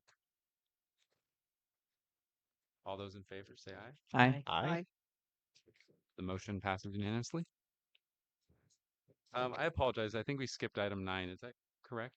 Yeah. Yeah. Sorry about Yeah, that. we didn't have any. We didn't have any correspondence. Great. Thank you. So go ahead and close that out. I forgot to open up for public comment on the consent agenda. Do we need to? No need to. Thank you. Reports of council and staff. Item number 11. Do you have anything for us? No, I provided you guys with Great. my city manager report. If you have any questions, I can answer those. I don't have anything else to report. I missed a fire department meeting that hopefully somebody went in my stead. Chris. I would like to talk about the protocol of missing appointments And because I missed notifying. Parks and Rec as well. Oh, it actually was canceled. Oh, Yeah, Oh. there I've was done no that twice. quorum. I've missed two ones Yeah. that were canceled, so I should just keep my mouth shut. But going forward, it's the onus on us to contact our alternate. Yeah, I mean, you can always contact I would let myself the or the city city know clerk. first. Yeah, Yeah, of and then course. we can try and make those outreaches too. But if you guys have each other's information, Okay. that'd be great too. Okay. That's, I just have everybody's email, so Yeah. that would. yeah, that would work. Okay. So a quick poll with everyone, not a vote, but I am okay with receiving a phone call from any of you if we're alternates or primaries. That's my behavior. Is that the Me as same? well. Okay. Me as Sure. well. Yeah. In fact, I prefer a phone call or a text if you need me to step in for you, because Reach. I might not see an email in a timely fashion. That's probably a safe bet to use the phone. Yeah. Great. Right. It's usually I last just need minute. Yeah. Yeah, we need to. Do you guys prefer I tell you about the meetings I went to now, or wait till the next meeting? now. Great. All right. So I'll be quick. Arts and Heritage Commission meeting. We discussed bulb outs at various roundabouts potentially, potentially one on Hartman and potentially one on First and I Streets. We explored options of mosaic sculptures and other medias potentially. We reviewed signage options. We discussed mural possibilities on local buildings, including different themes, both art and Botawat and sorry, Mandy, what was the other one? I'm really sorry. I'm sorry, I was Yeah, it's writing. okay. Don't worry about it. Okay. Anyway, we discussed some mural options. Oh. The Chamber of Commerce meeting, we discussed sorry, my notes are a little bad here. So basically, the Chamber of Commerce is kind of in a rebuilding phase right now. They're trying to check how many members they have. They've been auditing a list recently. Um, they uh, they are also they announced that there is a Folklife Festival and St. Patrick's Day dance coming up in March, correct? Yes. And discussions of a possible barn dance as well. They mentioned plans of a bingo event in April. They're working on logistics for children to attend and potentially adult beverages. Um, they discussed the need that well, they talked about having a town announcer at the Annie and Mary Day Festival and potentially having some rodeo events as well. They explored potentially having more city venues open, and they also talked about changing the sign potentially up as you enter the city, but they're not sure if they're going to do a rehabilitation on it or what they're going to do. And they're also hoping to begin working with the Economic Development Committee as well. And they're looking at the website, upgrading that potentially, or making some modifications to it. That's all The I got. Chamber of Commerce website? I believe so, right? The Chamber of Commerce website? Yes. That's correct. That's all I got. Yep. Well, being as it's been a little over a month since we had a meeting, I did realize that I had an RCEA meeting where we went ahead and approved that RFP that went out for battery storage, and we also got a presentation from a company in Sweden about wave electricity generation, and it was pretty fascinating. They The West Coast apparently is one of the most dependable and highest generating areas for wave power, and they are putting in a generator up in Oregon, and they asked RCEA to offer a letter of support, um, and so RCEA will be just part of this coalition, which is a bit of a experiment to test this technology. Well, the technology is already in place in other places in the world, but um, but it's going to happen in Oregon, and I think it's pretty exciting. So that was kind of this new technology, exciting thing that happened, and the rest of it was pretty straightforward. All right. Okay. Go ahead. Humboldt County Association of Governments. I think that was just 2 nights after the drawing, the tiebreaker. So um, it was good. They did show the transportation, the same presentation that we had here locally on transportation. So it's nice to kind of see the genesis of so many ideas that come through here, beginning in that organization as well. Um, so I look forward to another meeting. I think this coming Thursday. Mhm. No. Any other reports? Oh, I forgot, public safety.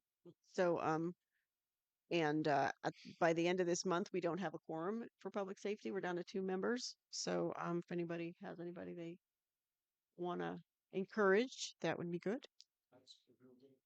Public Safety Commission. Also, Arts and Heritage is down to 2 members, I think. Well, no, actually, they have plenty. Sorry. Yeah, They we have, have 4. oh, they have 4. Okay, good. Never mind.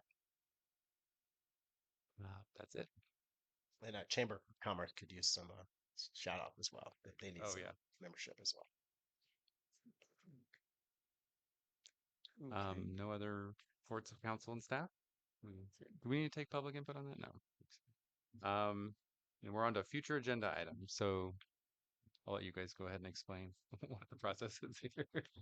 Yeah, I think, traditionally it's been kind of a free flowing discussion as to what things individual council members would like to see on the agenda, which is okay. My concern is that oftentimes the discussion of adding something to a future agenda item becomes a discussion on the item itself, and it wasn't agendized. So I think the idea would be, if you have a future agenda item that you're going to request in advance, that can be submitted to the city clerk to be listed on the agenda as, and your name could be put next to it as a request that you'd like to make. If not, I'd just ask that the discussion be kept very simple. I'd like X, Y, and Z to be on the agenda. And I think we should refrain from a discussion as to why or what, or, a discussion on the substance of the topic itself. Because otherwise we start talking about things that weren't agendized. So, but I think, as we don't have to make those changes tonight, but I think as we go through what we want our agenda setting policy to be for individual council members who want to place something on the agenda, I would suggest, a process whereby the item is submitted and placed on the agenda as a future agenda item for consideration. The council then votes as to whether or not that item is approved for placement on the agenda, and then that goes into a queue to be placed on a future agenda. And that way, we're respecting the general rule that the council acts through a collective action and not individually, with respect to both, agenda setting. So, we don't have to take care of that tonight. You can have a discussion tonight about future agenda items, but as we move forward, that would be what I'd recommend. And ultimately, it's up to you to determine what goes in your council policy, and how we amend the municipal code with respect to that.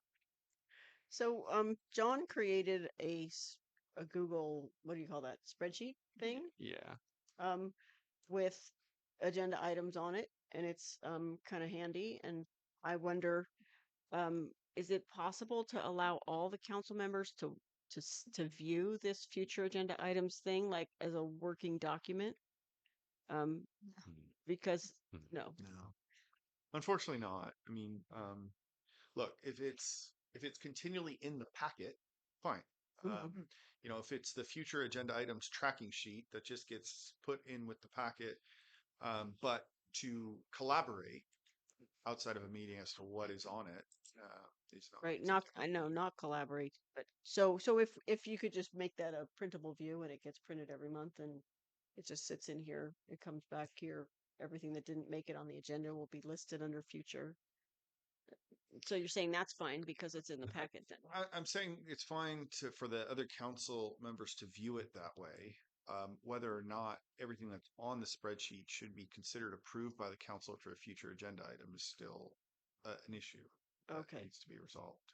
Okay. I think for tonight's purposes, if there's, anything in particular that, we'd like to see on another agenda, whether it be 2 weeks from now or a month and 2 weeks from now, I think that'd be the time to do it. I think deciding on what the policy is going to be should probably wait for another day. Okay. Okay. Okay. So we should just throw out our ideas for now. Is that what we're doing? Good. I have one. Yeah. I think that I would like to see creek concerns, Creek. Yeah. flooding, So Marty flooding, and whatever you Karina. want to call it, Yeah. flooding creek concerns. Does Now, Ryan, just to confirm, I can continue to like document what she's putting on here, correct? Mhm. Okay, great. Just like, I wanna- so and the creek, does that include the concerns that Karina brought, which of course are part of the creek? Yeah, the reason why I'm bringing it up because it came up twice. Okay, gotcha. All right, so that's one. I'd like to put the fireworks issue on the agenda, not necessarily on our next agenda. I don't think that's super urgent since 4th of July is a ways off. But I'd like to get that one up there. I also, what do I have? I'd like to talk about the city clerk position and explore reinstating it as it was previously absorbed into the city manager position. So I'd like to have an opportunity to discuss that. And also I'd like the opportunity with relation to the city clerk to discuss the possibilities of creating it as its own position so that we could try to be sure that it remains staffed. That's all I have for the moment.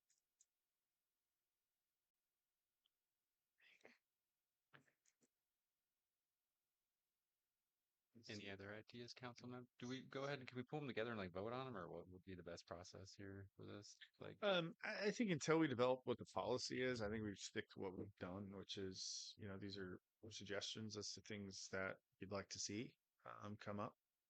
so we are not taking like voting on these right now. I would Put them on the agenda. that hasn't been our process, and I think until we codify that process, it's probably,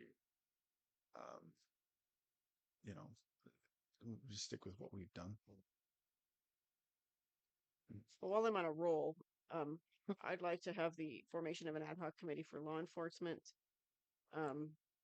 formation of an ad hoc committee for power transitions, and formation of an ad hoc committee for the power plant property, not exclusive of power transitions.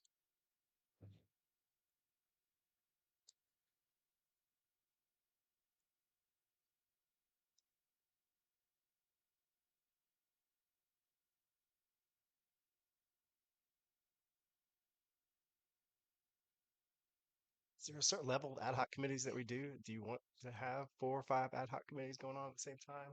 What's the process there? Seems I think this logistically is like one a of lot. those concerns I have about future agenda items being a kind of free-form discussion is that question itself should probably be something that, is agendized. Generally speaking, the council can form ad hoc committees to provide support and act as a liaison for things that are within the council's purview. Shouldn't appoint ad hoc committees to do things that are delegated to staff. Thank you.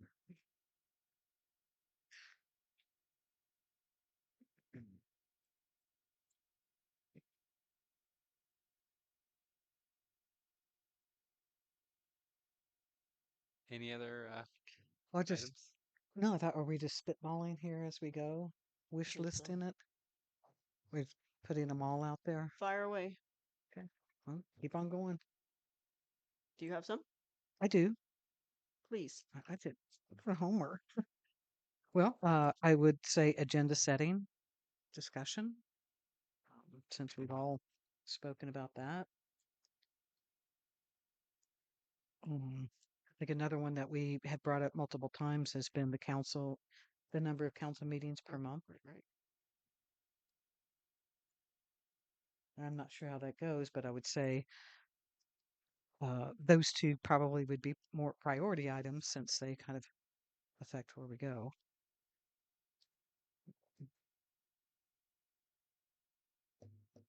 So would your agenda And setting topic also include forming guidelines or protocol for setting the agenda for the committee or I think just keeping it really broad on how this council wants to go about establishing an agenda and getting that through the process.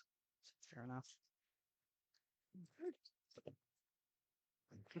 Um, then Ryan, can you just really quickly, maybe it would be helpful for us to start this process by going through the council roles and responsibilities manual and updating it because there's already a clear process for setting an agenda and everything in our municipal code. There's some conflict with the language in the roles and responsibilities manual that needs to be updated anyways. So talking about and discussing changes, you're really talking about changes to the Muni Code, which is through an ordinance process. And I think we should be looking at getting everything consistent before we go through and start changing things. Well, I still want to stick with my request to have on the agenda that the council have an ability to discuss the agenda process. I certainly agree with you that the roles and responsibilities, the protocol manual, is due for an update, but I don't think that we have to plunk it all together before we make any progress on the smaller part that we just had a long discussion on tonight. Yeah, I'd say, Fortuna just went through probably a 6-month process when they updated their council manual. There was an ad hoc committee that was appointed to work with the city manager to bring back recommended changes. Council, um, the ad hoc committee and the city manager worked on that. They prepared some red line revisions, took it back to the council, and it was adopted. As part of that, it included things such as preparation of the agenda, how council members can request items be placed on the agenda. In our circumstance, if we're going to be amending the municipal code, I would like to have a guidance from the council as to what the council protocols are going to be, and then I can bring back municipal code changes that are somewhat consistent with it that still allow flexibility. I'll take out a lot of the detail in the municipal code because again, I don't think it belongs there. Um, and so, based on what the recommended changes are to the council policy manual, then I can bring back those municipal code recommendations. So I'm just a little confused because like I thought that this was where we presented the agenda items and that we couldn't. Is that what that's what No, we're and doing, right? I'm not. We wouldn't change that. But I think I want to add a little bit more um, um, procedure, future agenda items instead of a free flowing discussion at the meeting where or you all list off, 3 or 4 things that you'd like to see. I'd like there to be kind of a more formalized how items are discussed. And an approval mechanism through which they're acted upon. And I think that's going to involve submitting future agenda items in advance so that they can be listed on the consideration of future agenda items on the agenda, and then we go through those instead of getting to the meeting and we all just start throwing stuff. And that's the very thing that I am proposing to discuss as an agenda item for our next meeting. Not when we're kind of tired and do that. So whether it falls under the policy and protocols or we just kind of dive into that one specifically, that is one of my requests. Ryan, could we not propose it? Could we not have someone propose an item and then essentially someone then be like a majority vote on it and then move it forward? Is that not a valid way to do it? So my concern is that we're taking action on things that aren't agendized. Okay. Right? We generally agendize future agenda items, but then when we get to that point, we're throwing out things that weren't agendized. So if those items are submitted in advance and they're on the agenda, there's a concrete list of items that the council is going to be considered to request. Mm-hmm. And then there needs to be discretion in there for timing, appropriateness, and screening of the particular items to make sure that they're appropriate to be placed on a future agenda. So those types of decisions will need to be built into the policy. You know, it doesn't need to be a complex policy, but I think it should be a policy that comes back to a future meeting. I would appreciate a very clear path on how we do this and have it be uniform. And then, because like right now we have like 5 different ways we can supposedly do this. And I think, I think we've tried to work within what documentation we have here to get things done. And it really seems like every time there's this roadblock in our way. And again, I want to do it the right way, the fair way, and then make sure everyone's voices are heard. We do it clear, have a clear path, but I just want a path to get there, if that makes sense. And I'd say the issue you're having with the future agenda items is not unique. The more and more public entities that put on future agenda items, the more and more public entities are regretting putting on future agenda items because it becomes free flowing discussion. It becomes a pretty heavy burden on staff and it's hard to track.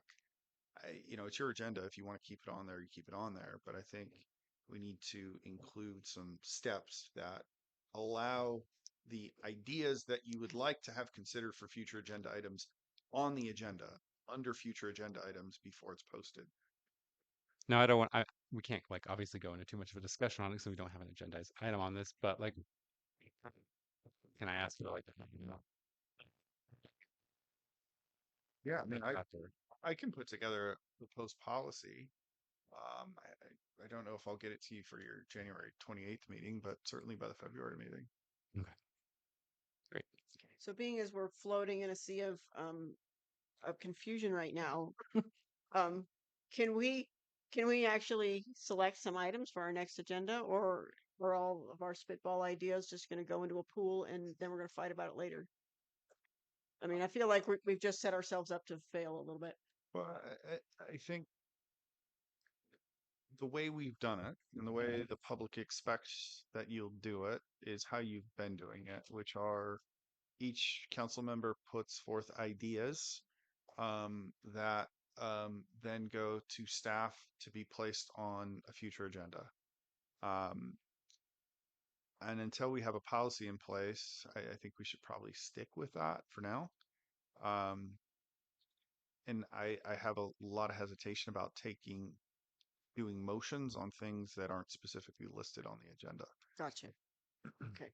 So for now, I think they should be, individual council recommendations for future agenda items.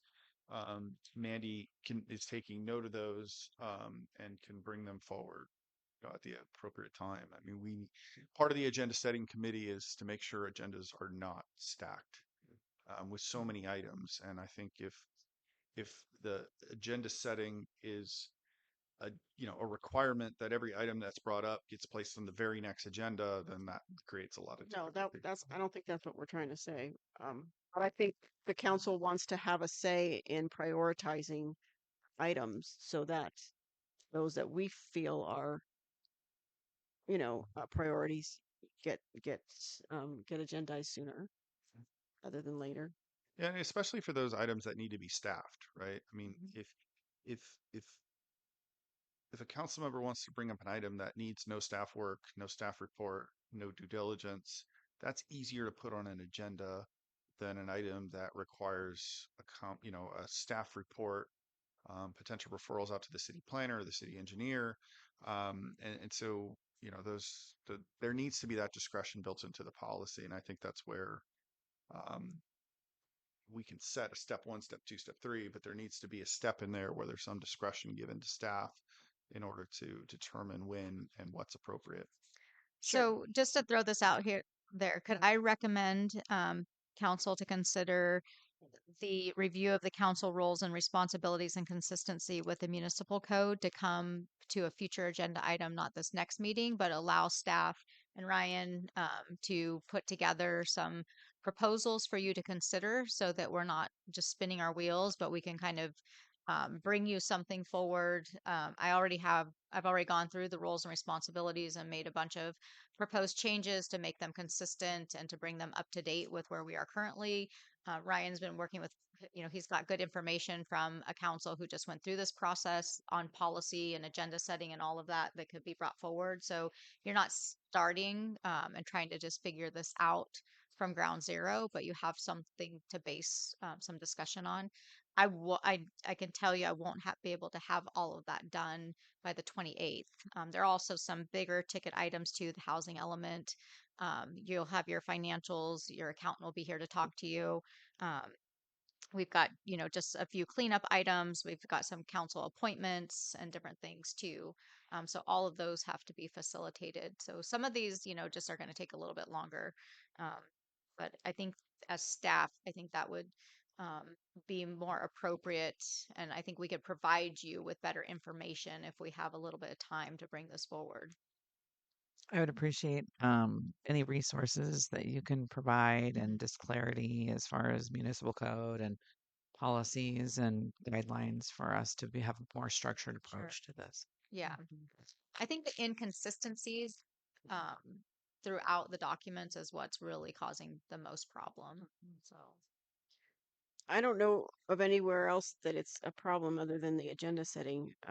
But so for I don't see it as a priority that we have to hammer that out right this minute. I think there's an awful lot of things that are a little more pressing than that since, um Yeah. yeah.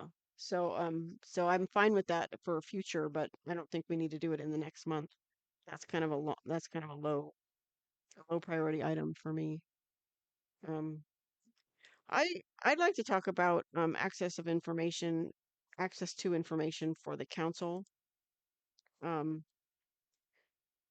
because part of I think the difficulty and the struggle we have is that there's a lot of stuff we don't know, and so um we're trying to put the pieces together with the parts that we do, the resources we have, the municipal code, the handbook, and then there's this giant pool of knowledge we don't have that maybe exists in policy and procedure manuals within the city, historical documents, whatever. Um, I don't know if there might be an easy way to share that information with the city council members that doesn't require us to come to staff and use your time each and every time we want to see a policy or understand some other procedure or something. Um, I wonder, um, you know, y- Mandy, I requested something last week and you sent it to me yesterday, and I'm thinking, well, I wonder if this item of all these policy and procedure manuals within the city are in electronic form, and if some way can be devised where, you know, we could all have access. We have a login or we have a sign in, and we can just pop in and we can look at policies and procedures, and we can educate ourselves on our own time. That doesn't put a burden on staff. Um, I don't think we can provide you login access, but I mean, we can print whatever policies and procedures you want. I mean, we don't have a ton, but we have our personnel policies, we have our fiscal management policies, we have, the policies for council. I mean, those are all available. well, imagine, okay. So that's all there is for policies? I mean, I just imagine there were binders and binders of No, all I mean, kinds of it's really stuff. not that complicated. I mean, our personnel policies really manage staff. And, you have your council policies that manage your actions and what my actions are. Our fiscal policies are our internal controls. We have those. We have everything else really becomes mostly part of your municipal code because it's the laws of the city. And the municipal code is what dictates, our water rates, our billing procedures, Okay. our operations and everything. And all of the municipal code is available online. Absolutely. Correct? Okay. And then we have the council manual. Mhm. So if you could just provide us with policies and procedures that you have, Mhm. then that'll be the next chapter in our book, and we can try to get up to speed on that, and then kind of go from there. I mean, does everyone want like personnel policies? I would, for me, They're all publicly available, so. Well, it's Can I publicly find those? available, but it requires somebody to go to City Hall and say, "Hey, I want to see this," and then somebody has to take the time to go find it and to print it out or to email it or whatever. So it's like every time somebody asks for it, Mhm. it's the same number of minutes that the staff has to spend in getting it to them. So if we just do it one time and then it's over, um, you know, then at least we know. I mean, like the document you sent me, I looked at that and I thought, oh, well, I wonder what, there was no dates on it. There was no reference. I didn't see the section before or the section I after. So I just wonder how it all fits in. think This is th- another, Too There's much. Sorry. another yeah, we're topic. starting to talk about the item itself. Let's this could potentially be another future agenda item, but I think we need to go ahead and pull it back. And then I don't want to cut anyone off. I want to make sure everyone gets heard. Because is there anyone else who would like to comment on this? We are nearing 10:30, so I was hoping to get you guys out of here at 9:30. I'm gonna try and do my job and let's make that happen. Okay. Any other comments on future agenda items? Yes, I Okay. do. Because what I proffered was really what we all had been discussing at length for some time. So I felt like let's go ahead and recognize that. Specific to some of my interest in what I'm hearing in the community, I think that this is really an important time to update our circulation element. I would see that as a priority item, just that it's tying in as we also have the housing element and a lot of other projects that um, cumulatively can have an effect, allowing the council to have a discussion on the circulation element and perhaps providing some direction on where we might go from here on that. Another item is I understand that the city manager's contract is coming due. We haven't had an evaluation. I don't know how you really evaluate someone fairly when you've only worked with them for a month and really only for a meeting or, a couple of interchanges. But I think it is sooner rather than later, we need to bring this forward as far as where are we at with this contract? Where are we at with evaluating? And we're all still trying to determine our roles and responsibilities in the midst of this too. But that is a priority item. In my view, I would not want to find out, you know, a week before, oh, let's look at this. What is it we're going to do here? It'll be next meeting. Okay. So that's it. Thank you. Any other future agenda items? Hearing and seeing none, do we need to take it out to public for discussion? Nope. Great. Can we get a motion to adjourn? Motion to adjourn. Second. All those in favor say aye. Aye. Aye. Aye.